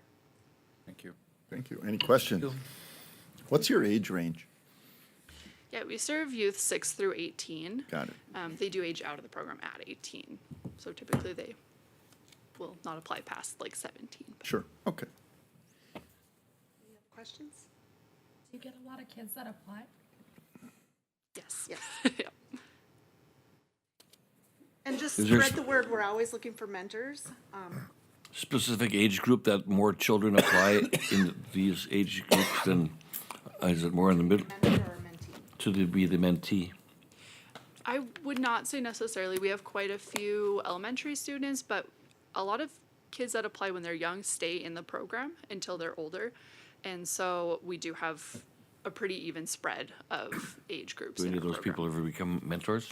Yes, they do. Okay, All right, thank you. thank you. Thank you. Okay, is Kayla here, domestic rape and violence?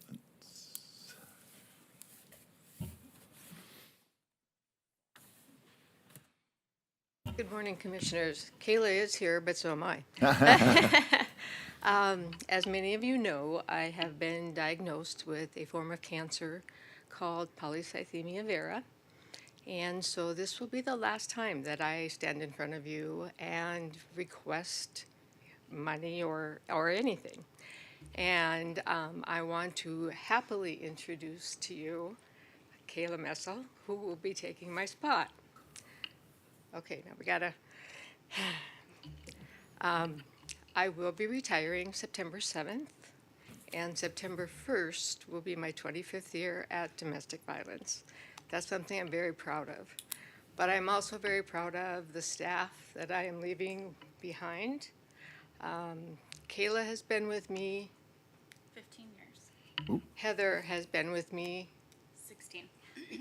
And we have 3 other people who have been there 5+ years. And so, you know, when we had the whole, was the everybody was sick thing. COVID. Oh, that How thing. could I forget COVID? Okay, when we had COVID, a lot of people shut their doors. A lot of people shut down their programs. And we were very lucky that we stuck together, and it was not easy. It really was not easy to do.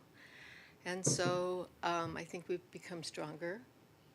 Kayla keeps backing up, so now she has to come up forward because I said I will start the conversation, but this is going to be her job now. And so I did send the letter asking for, you know, and explaining what we do. We have had a few changes since then, and I would like Kayla to explain what happened with Family Connection.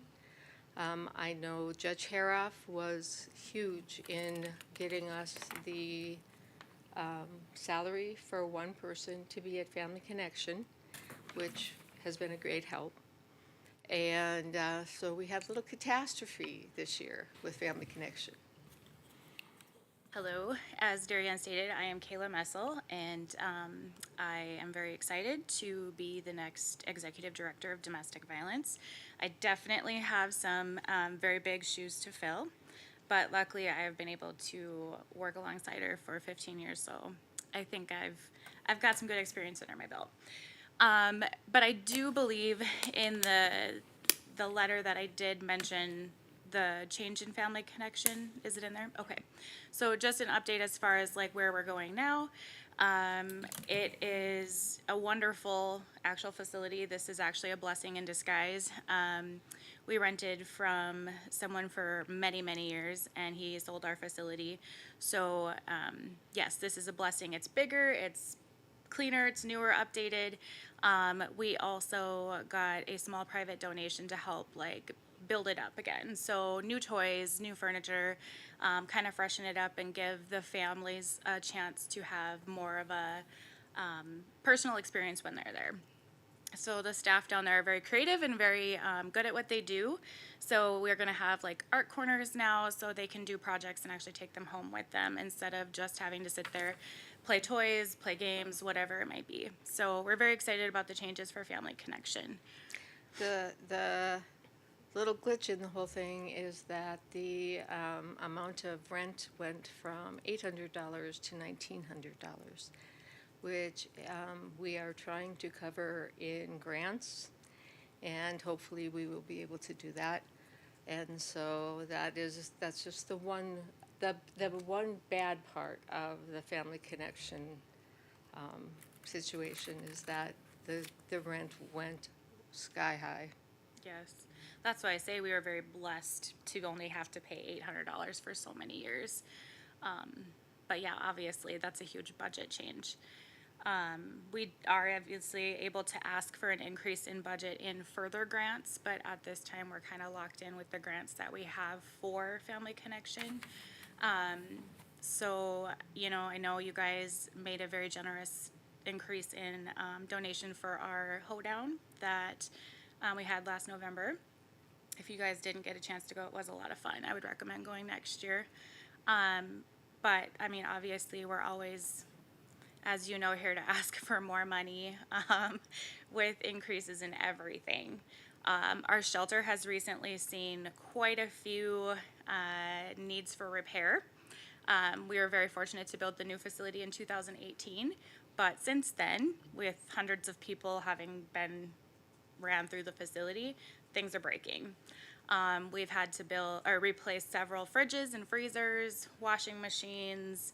They're just not meant to last anymore. Microwaves we have gone through like you cannot imagine. And obviously along with that comes we need new beds. They're all kind of falling apart after children jumping on them and, you know, piling 10 people in a 4 to 5 bed capacity. So if you can find it in your budget to increase anywhere, we would kindly ask that you do so. And to kind of explain to you how many people we have had, we are built for 28 people. You're what? 28 people. And in April, we had 52. Of those 52 people, 30 of them were children. So if you can imagine 30 children in a building, you know what happens. So it's not that our numbers are going down, they are going up. We are seeing drugs and very hard situations to deal with, which I, as kind of the mom of the group that's leaving, am worried about the staff because you don't just get someone in and then, you know, get them out right away, because you start with the addiction and then you go from there to get them into housing and get them into counseling and get their kids. And so many of the kids are coming in so traumatized from what they're seeing. And so I can say that I'm leaving at a time where, when I started 25 years ago, I was a very naive farm girl from Southwest North Dakota who thought I was going to change the world. And I just knew that, you know, by the time I left, that everything was going to be great. And I can stand here and say truly that in 25 years, things are not better. Things are much worse. And these guys are phenomenal at what they do. And I don't think it's going to get any easier. And so when I was thinking about this last night, and you can all laugh at me, but I'm going to leave so you can all laugh at me. I thought, I wonder if I went up there and said, as a personal, professional request, could I request $15,000 more just to know that the girls have that money to count on for what they have coming in the future. And that would, of course, be $100,000 from Stark County.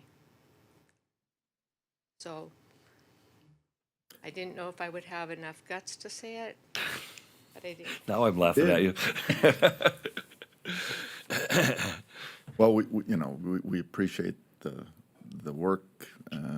Like you said, it's definitely an underserved population. Yep. We'll forward this during our Budget. discussions and see what we have.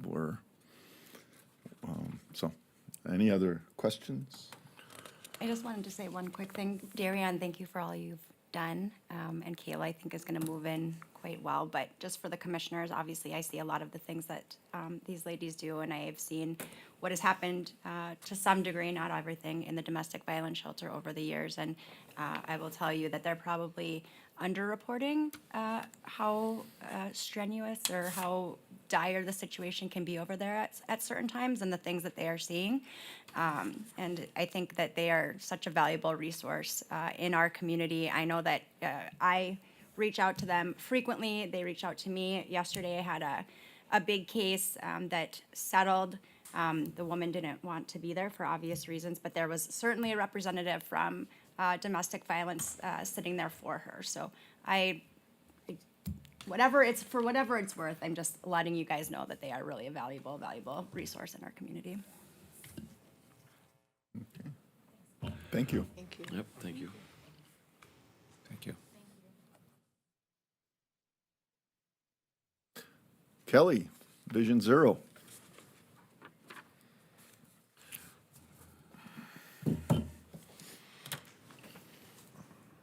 Hi, good morning. Thanks for letting me speak today. My name is Kelly Gillen. I'm the Vision Zero Outreach Coordinator for the West Region. Relatively new in my position. I just finished my first year, so I logged a lot of miles on the road. It was a lot of learning. It flew by the first year. During the first year, I got out. I got to meet a lot of people. I focused on building relationships, of course, learning, expanding traffic safety education, increasing public awareness, and developing partnerships throughout the region, and continuing to support Stark County. I have 9 counties in the West Region. That's Stark, Slope, Bowman, Billings, Golden Valley, Dunn, McKinsey, Williams, and Divide. So that's roughly over 100,000 people I serve in my area. There are 6 coordinators statewide. I was the newest coordinator hired. My area is not the most populated, but it covers a significant area, especially in rural and oil-impacted communities. Some priority roads like 85, 22, 200, which you guys are all aware of. In my first year, I reached 7 out of 9 of the counties. The 2 counties that I did not have a presence in were Slope and Divide. I just did not make it there. I was active in all the other 7 counties, plus other counties that were outside of my region. In the following year, I'm going to make it a priority to hit all 9 of those. My work has included community outreach events, presentations in schools from kindergarten through 12th grade, as well as at DSU, so some college presentations, driver's ed presentations, media interviews, community partnerships, local government and business engagements. I attended several conferences, statewide conferences. We hold our Vision Zero Partner Conference in May, which I presented at, and I was there. The NHTSA conference, the NDDTSEA conference, which is made up of drivers and traffic safety professionals. I presented there on positive norms, teaching driver's ed teachers how to take a more positive spin on statistics and data while teaching kids that are going to get their driver's license. I attended the Impaired Driving Conference, the North Dakota Transportation Conference, the North Dakota League of Cities Conference, which was held in Dickinson, and the North Dakota Safety Council Conference. Some highlights in the first year, we do Click It for Coffee every May. I had 5 Click It for Coffee events. One in Bowman, one in Dickinson, one in Mandan, and one in Bismarck. Mandan and Bismarck are not in my area, but I was helping a coworker that was on maternity leave.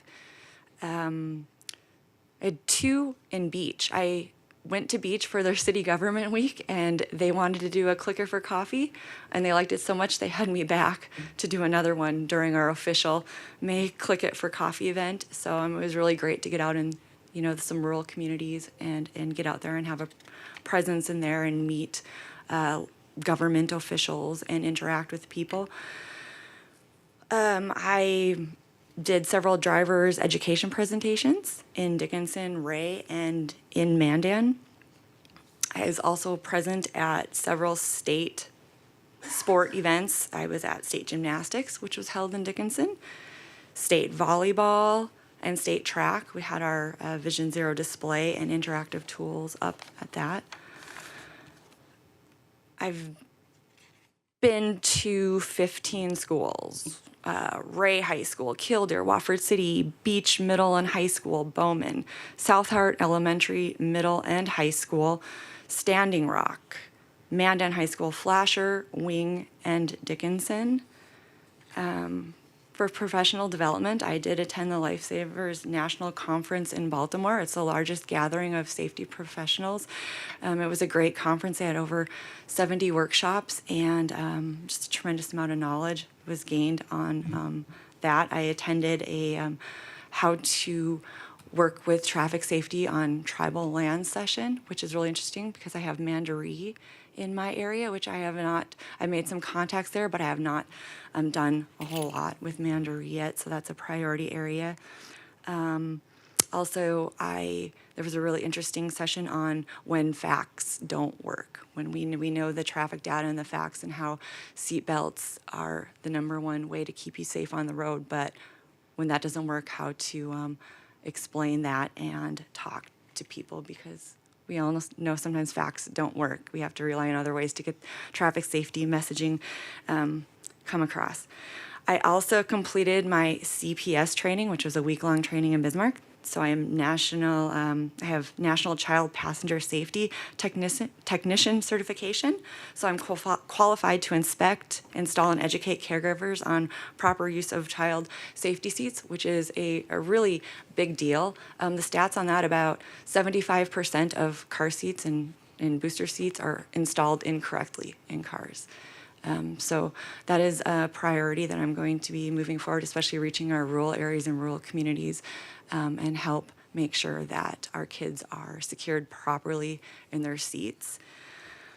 I also sit on 3 statewide and beyond priority emphasis area teams. Heavy traffic, #1, that's a big one for my region. Distracted driving, and then the prevention and communication subcommittee, which we deal with impaired driving. It's an impaired driving task force, essentially. I've also raised a lot of money. The budget that I have, unfortunately, I can't use a lot of the money on things that I feel are important to engage kids and students, especially our Vision Zero students. I can't use that money for food, for pizza for them, or for T-shirts for an event, or a lot of the supplies. And I know I need that money, so I went out and I got private donations. So in the last year, I've gotten over $3,000 worth of private donations. I've also, McKinsey County agreed to donate $2,500 to the Vision Zero students in Wofford City. That's still sitting there because I don't know what to do with that money. We're not a nonprofit, I'm an extension of the DOT. So we have some money, logistics that I need to work out, but yeah, I've been hitting the pavement trying to get money for these kids because I have to compete with basketball and football and all the fun stuff that kids want. I have to make safety look cool. So if I can get kids engaged and get them in there and we can meet and throw ideas around, I want to be able to buy them donuts or pizza, and I don't have those funds. So that's, I'm really grateful for the people, the businesses, the private businesses that have stepped up in our communities, in the different counties that have, you know, provided $500 here, $400, whatever for that. Let's see. I have done so much. I've been running and working hard. I think I've had probably more of my months I've been over hours, like 20 hours over most of the months. I've blown through my travel budget significantly, so these next months, I don't know, it'll be a lot of learning. The budget, you know, it's our first year as a learning experience, so I had to move money from my travel budget to cover benefits and other things, so the fiscal year ends September 30th, so... but yeah, if you guys have any questions for me about what I've done, I can go into depth on more of that stuff. That's kind of a rundown, but I have been busy. I assure you, you guys don't see me in my office much. I'm not at home hanging out on the patio, but I'm all over. I've been all over. I really enjoy it. It's meaningful work, so it's very, very important. And yeah, it was a great first year. Well, that definitely sounds like you've been quite active. My question, I've brought it up before, is your involvement with the Bait of North Dakota. Has there already been anything going on with motorcycle safety and with the electric scooters that are running around, electric bicycles, which it's a part of young people's lives more and more, and you know, we've had some horrific accidents with it, and it's just like, where are we at with that? Yeah, that's a great question. So I'll start with motorcycles. I was really excited to do something for May Motorcycle Month, statewide. Motorcycle Safety Awareness Month, yes. The coordinators are, there isn't really any plans or any priority on motorcycle safety, unfortunately, in the state. So I'd have to kind of start from scratch, and I had to find the funding Well, I know and the money. Didn't the and governor proclaim motorcycle safety awareness? Yeah, May is. But as far as the scope of what I do and what the other coordinators do, there hasn't been any. Oh, amongst in your Yeah. organization. Yes, and that doesn't mean there can't be. I just kind of got busy navigating and Well, learning. you've been learning a lot. You've been going in a lot of circles. And I regrettably did not get any events or anything put together for Motorcycle Month, and yeah, that's on me. And I know that you came up to my office, you gave me good resources. I just had a list of other things that, and motorcycle safety is very important, but there was just other things that I had to do. Well, I'm not trying to pick on you. before It's that. an important part of my life. I know what I can say is I do genuinely feel bad because I know that it's important, and I think that, you know, there should be more. There's a lot of things that I was surprised that we don't touch on, you know, especially since we've had coordinators for several years. You know, another one would be School Bus Safety Month in October. I was really surprised that we don't do anything for that, which I'm in the works. I've been planning something. I don't know if you guys know this, but we have two bus drivers, Laura Sickler and her mother, Annalise.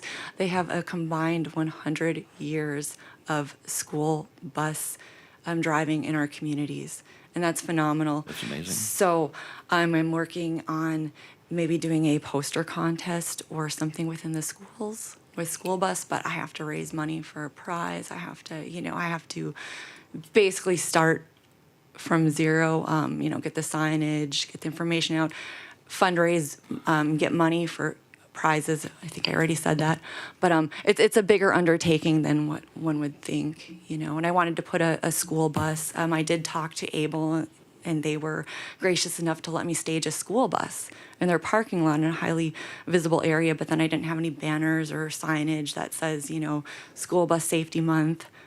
I didn't have the budget for that. So That's coming up really quick again.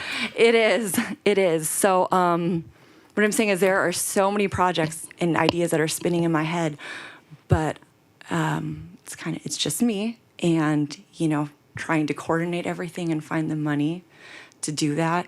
And your time. Proved a little bit challenging, but yes, I would love to do something and partner with you or people for motorcycle safety. That's very important, especially in our area.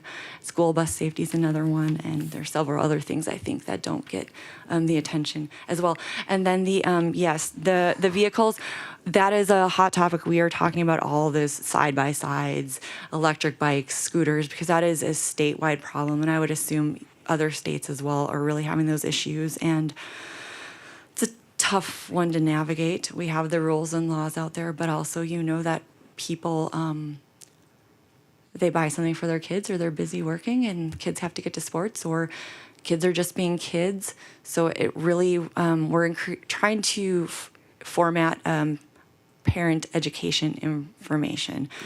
But we have to have it short and condensed, and where do we fit it in? Is it something when parents come to school for a mandatory meeting, like in 7th grade, we have maybe a 10-minute, very short mandatory presentation on some of these traffic safety items, because unfortunately we have seen that, and just recently, a couple of months ago, a scooter.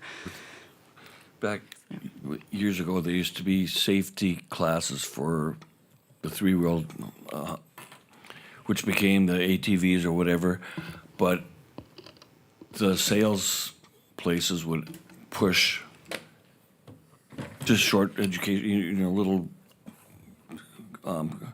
VHSs or whatever, just would go with each vehicle, and just a short deal on safety with it. That'd be because to the parents, it's just like almost like they don't have to drive the kid anymore. Yeah, parents are busy, moms and dads are working. There's a lot going on. It's not an excuse, but I have a 13-year-old and I have a 21-year-old. So actually, it's really good for my job, because I get to present material to them ahead of time and use them, or I understand that, so I'm not coming in from a perspective where I'm out of touch with, what's going on. I do know that there's a lot of information out there. Parents are busy, so one of my priorities is that I want to get very, very short but informative and hitting on the points: seatbelt, distracted driving, and then safety on young kids driving golf carts, side-by-sides and that thing. It has to be very short, because parents are just overwhelmed with meetings after meetings with school and sports and everything, and if it's too long, they're not going to listen. So just have to pick out a few points and get that across. One thing that I did find that was interesting, I started polling the kids when I would go in there and teach driver's ed presentations. I started asking them questions, like just having them get up, and it was yes or no. So if you're yes, you go to this side of the room. No, you go to this side of the room. I asked them, how many of your parents often remind you to wear your seatbelt or buckle up? Well, they're like, often. How much? I had to quantify it. So I had one time a month or more. And it was really interesting because the numbers are very low. Like across the board, maybe 20. I think the highest I had was about 40%. And it's usually, I present 20 to 30 kids. So, I think a good question is, how many times do you have to remind your parents or your grandparents to wear their seatbelt? Yeah. And that's another thing. We know statistically, if your parents or your caregivers don't buckle up, then the children don't buckle up. The percentage of them buckling up is very low. That's something that I've always reminded my kids, on a weekly basis. Buckle up. You're going out. Make sure you buckle up. So-and-so's parents might not remind you, buckle up, but just that simple, reinforcement. So just little things that parents can do. Okay. Any other questions? Thank you. Thank you for the work and knowledge that you've gained over the last year. Yeah, thanks. I will just leave you guys with one stat. Just as of June 21st, that's what I have in statewide, we have 45 traffic fatalities compared to 34 at this time last year. Last year, we were on track for our lowest total fatalities, 85, in over 15 years. So, all right. Yeah. Thank you. Thank you. All right, P&Z Board, Dean? Okay. On that, we had the opening on the board on there. We had 5 applicants who were well qualified, but we decided to go with the one that had a lot of background experience. So I'd recommend Sean Soren be appointed to the planning and zoning. You want to make that a motion? I'll make that as motion, yes. Okay. I'll We have second that motion. Second, any questions? Comments? Hearing none, all in favor of the motion signify by saying aye. Aye. Opposed, same sign, motion carries. Congratulations, Sean. All right, Elena, Hyperreach.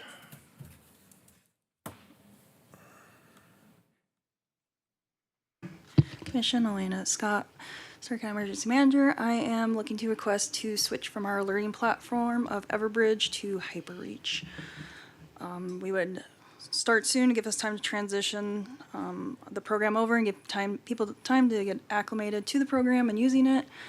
So our first year contract would actually be 41 months, so it would be prorated to the extra 5 months to get started, and then from there we would go to that $8,975 a year. For Everbridge, I'm currently paying $10,471 a year, so it would be a reduction in what we're paying. Same capabilities. They actually have a couple extra features that I like. I find the platform very easy compared to Everbridge, so we're not losing any capabilities. We're probably actually gaining a couple for a reduced price. So I would take any questions. Gaining reliability too, and customer service, we hope. Yep, it seems like lately with Everbridge, I haven't had very good customer service. I've actually had a request in for a couple months that I haven't heard back on. They had an outage that the only reason why I was informed about was because FEMA reached out to me to let me know that they would have to do my alerting for me. So Everbridge actually never notified me of the outage. And there's some capabilities, some expanded capabilities from Hyperreach. Is that Yep. correct? They have so on sign up, a person can indicate if they have special needs. So if we have to do, let's say, crazy scenario, an evacuation of the south side town, I can send out special messaging to people who have indicated they have special needs to figure out the best way to evacuate those types of people. I won't say those types of people, but to evacuate people who have indicated special needs that may need extra help to get out of the evacuation zone.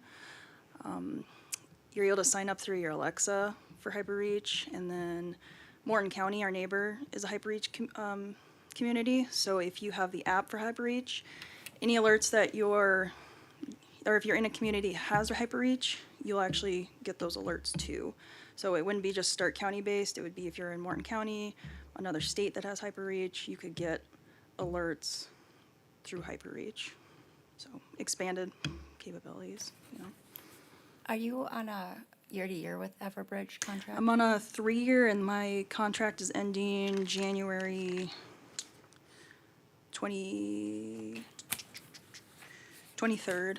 Okay, so you'll just have to give them, I don't know what the terms are, I Yep. assume 60 or 90 days. And then on this one, the only thing that I noticed too is that you're locked into a 3-year contract. There's Yep. no out on it. Yep, and I'm fine with a 3-year contract. I think that gives me enough time to get used to the platform, and then again, I really don't want to change every 3 years, but I've sat through several demos with Hyperreach. Really like the platform. I had our dispatch center sit through it too. They really like the platform. I think it's a good program to move to. And Everbridge, that's a much larger platform, right? It's a bigger, more widely used than Hyperreach.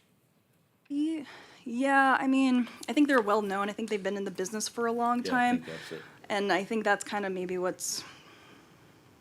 they're not really, it's been working for so long, so they're not changing anything. I find the platform a little cumbersome, which makes it hard to fire off like notifications really fast. I know the state uses Everbridge.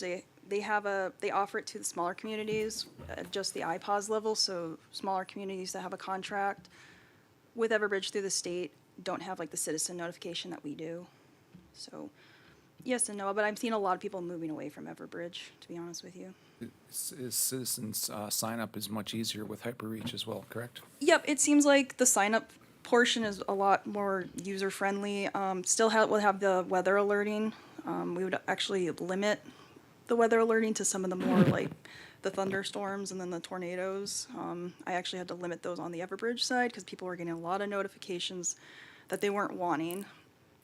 So I would limit those on the Hyperreach side too. And Hyperreach, when going into this contract, would actually purchase all the landline and cellular data that they could for Stark County. So everyone would be automatically signed up for the 911 alerts.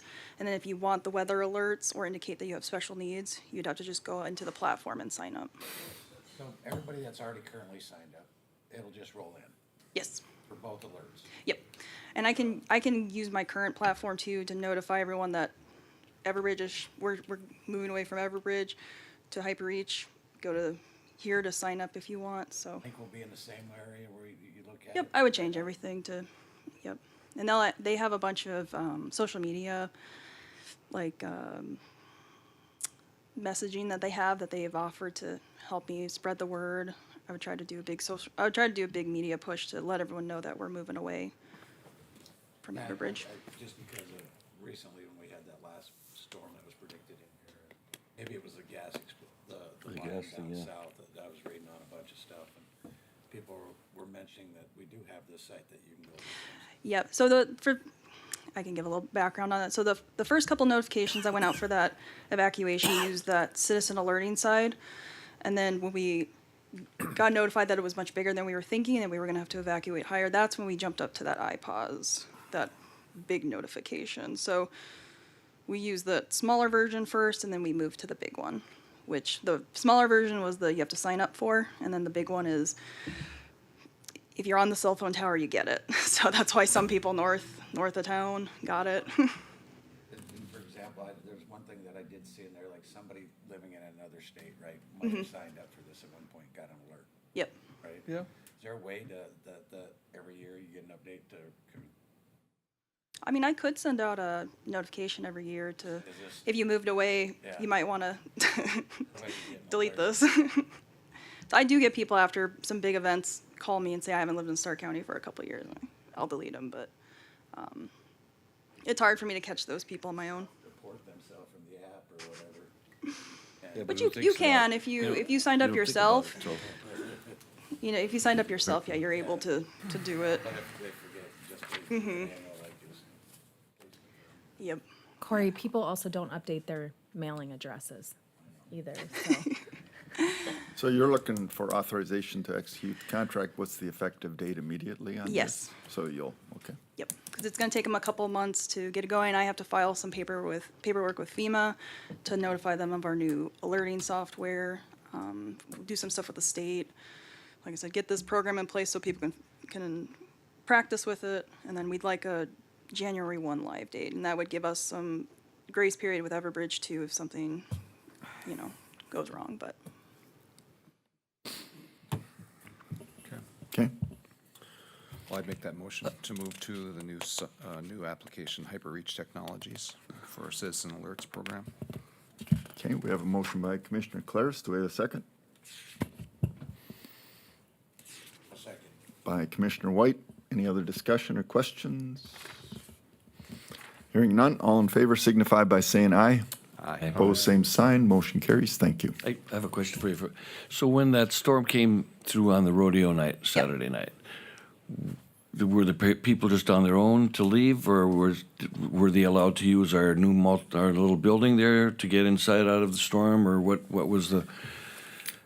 Was there any plan for the people that were out at the rodeo grounds when the storm came up? I mean, for a tornado or big winds maybe, but if there's hail and stuff, there was a place for them to be able to get out of the elements if they would use our other building. So we had lots of conversations about that. We did have the building available and open, but no animals were allowed to be inside that building at all.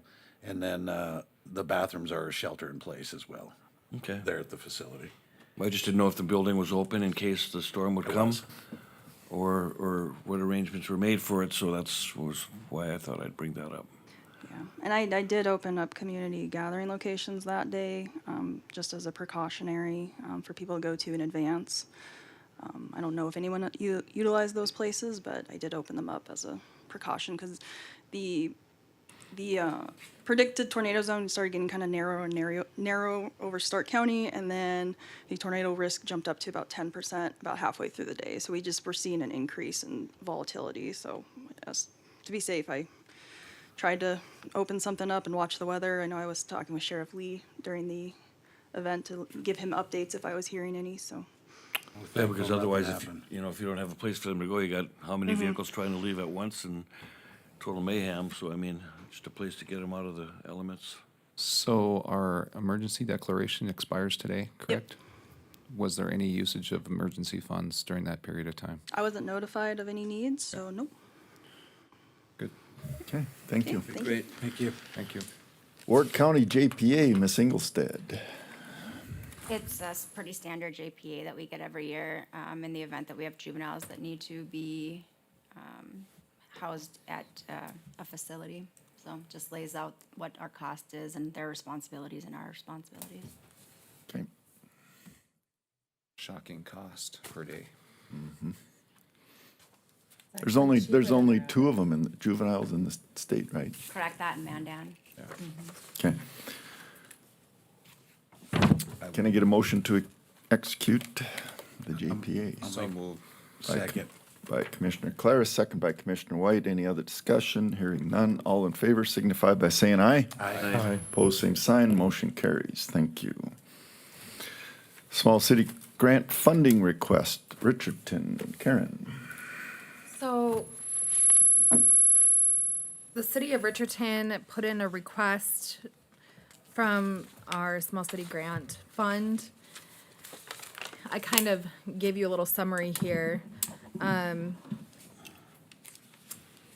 You know, when you originally approved their infrastructure funding for their sanitary sewer line project, you approved a total amount of $210,500, and that was on February 4th, 2025.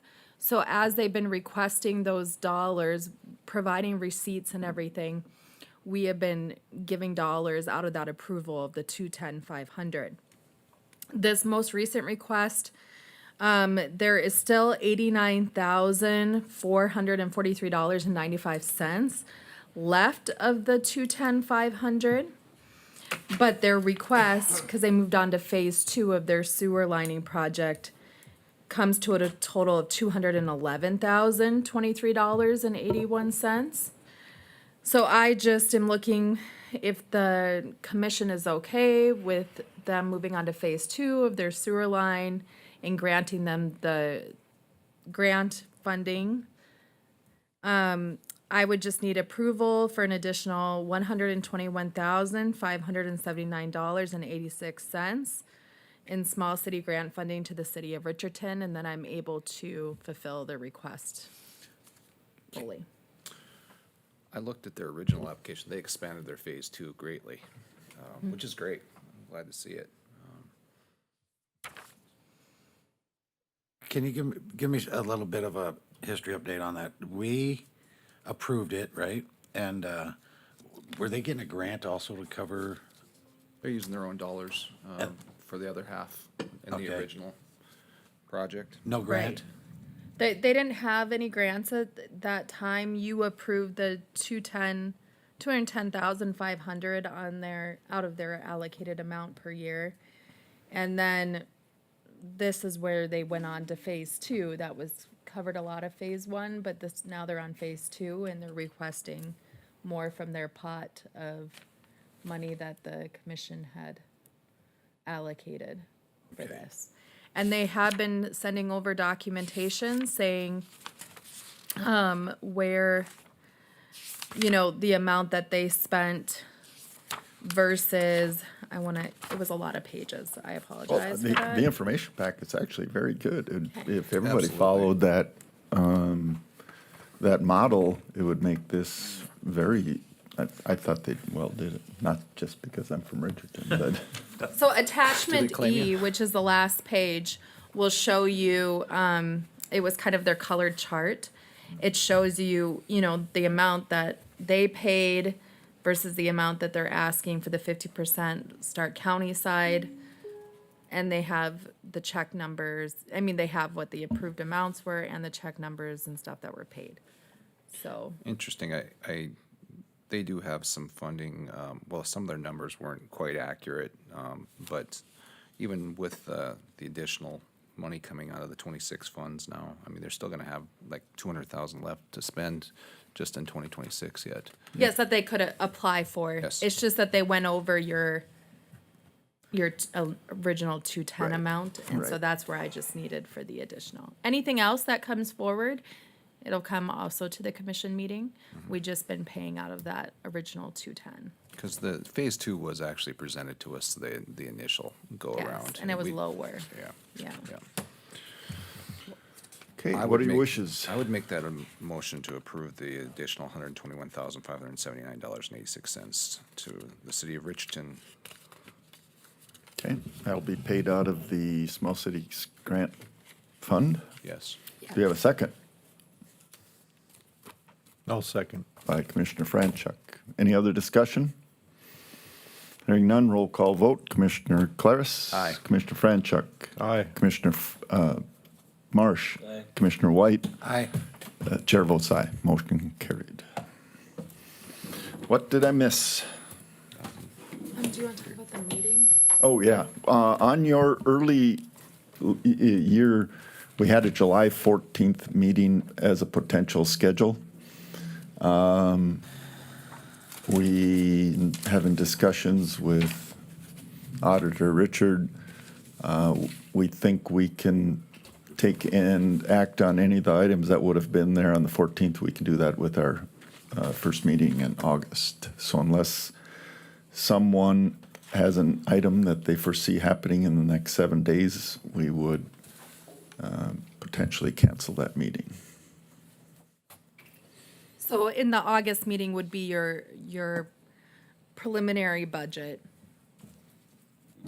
And then we have another budget meeting scheduled, and then your final budget meeting wouldn't be until beginning of October. So August 4th? Yep. August 4th. It's our Is your- normal, is your regularly preliminary. scheduled meeting. Normal meeting. Yeah, I'm just looking for direction on next week's scheduled meeting. Or noticed me, I don't know what we call it. And what was the purpose for the Just 14th? So we It put was- an it was extra meeting in potential. there if we needed to have more discussions, maybe about what we were doing with the salaries. Gotcha. Or anything like that, but since you already agreed to a Yeah, merit. because last year I think we matrix, needed we the did. extra time. We did. So I'll put that into the merit matrix, and I will make the commission aware that there is an extra pay period in 2027. So that'll be an extra expense all across the board in our budget for this next year. Okay, so, silence is action, so I'm assuming that we will not have a meeting next week, so we will cancel the July 14th meeting as scheduled. Any other business to come before the board? Hearing none, I would entertain a motion to adjourn. So moved. By Commissioner White, second. Second. By Commissioner Claris. All in favor signify by saying aye. Aye. Opposed, same sign. Motion carries. Meeting adjourned. Thank you.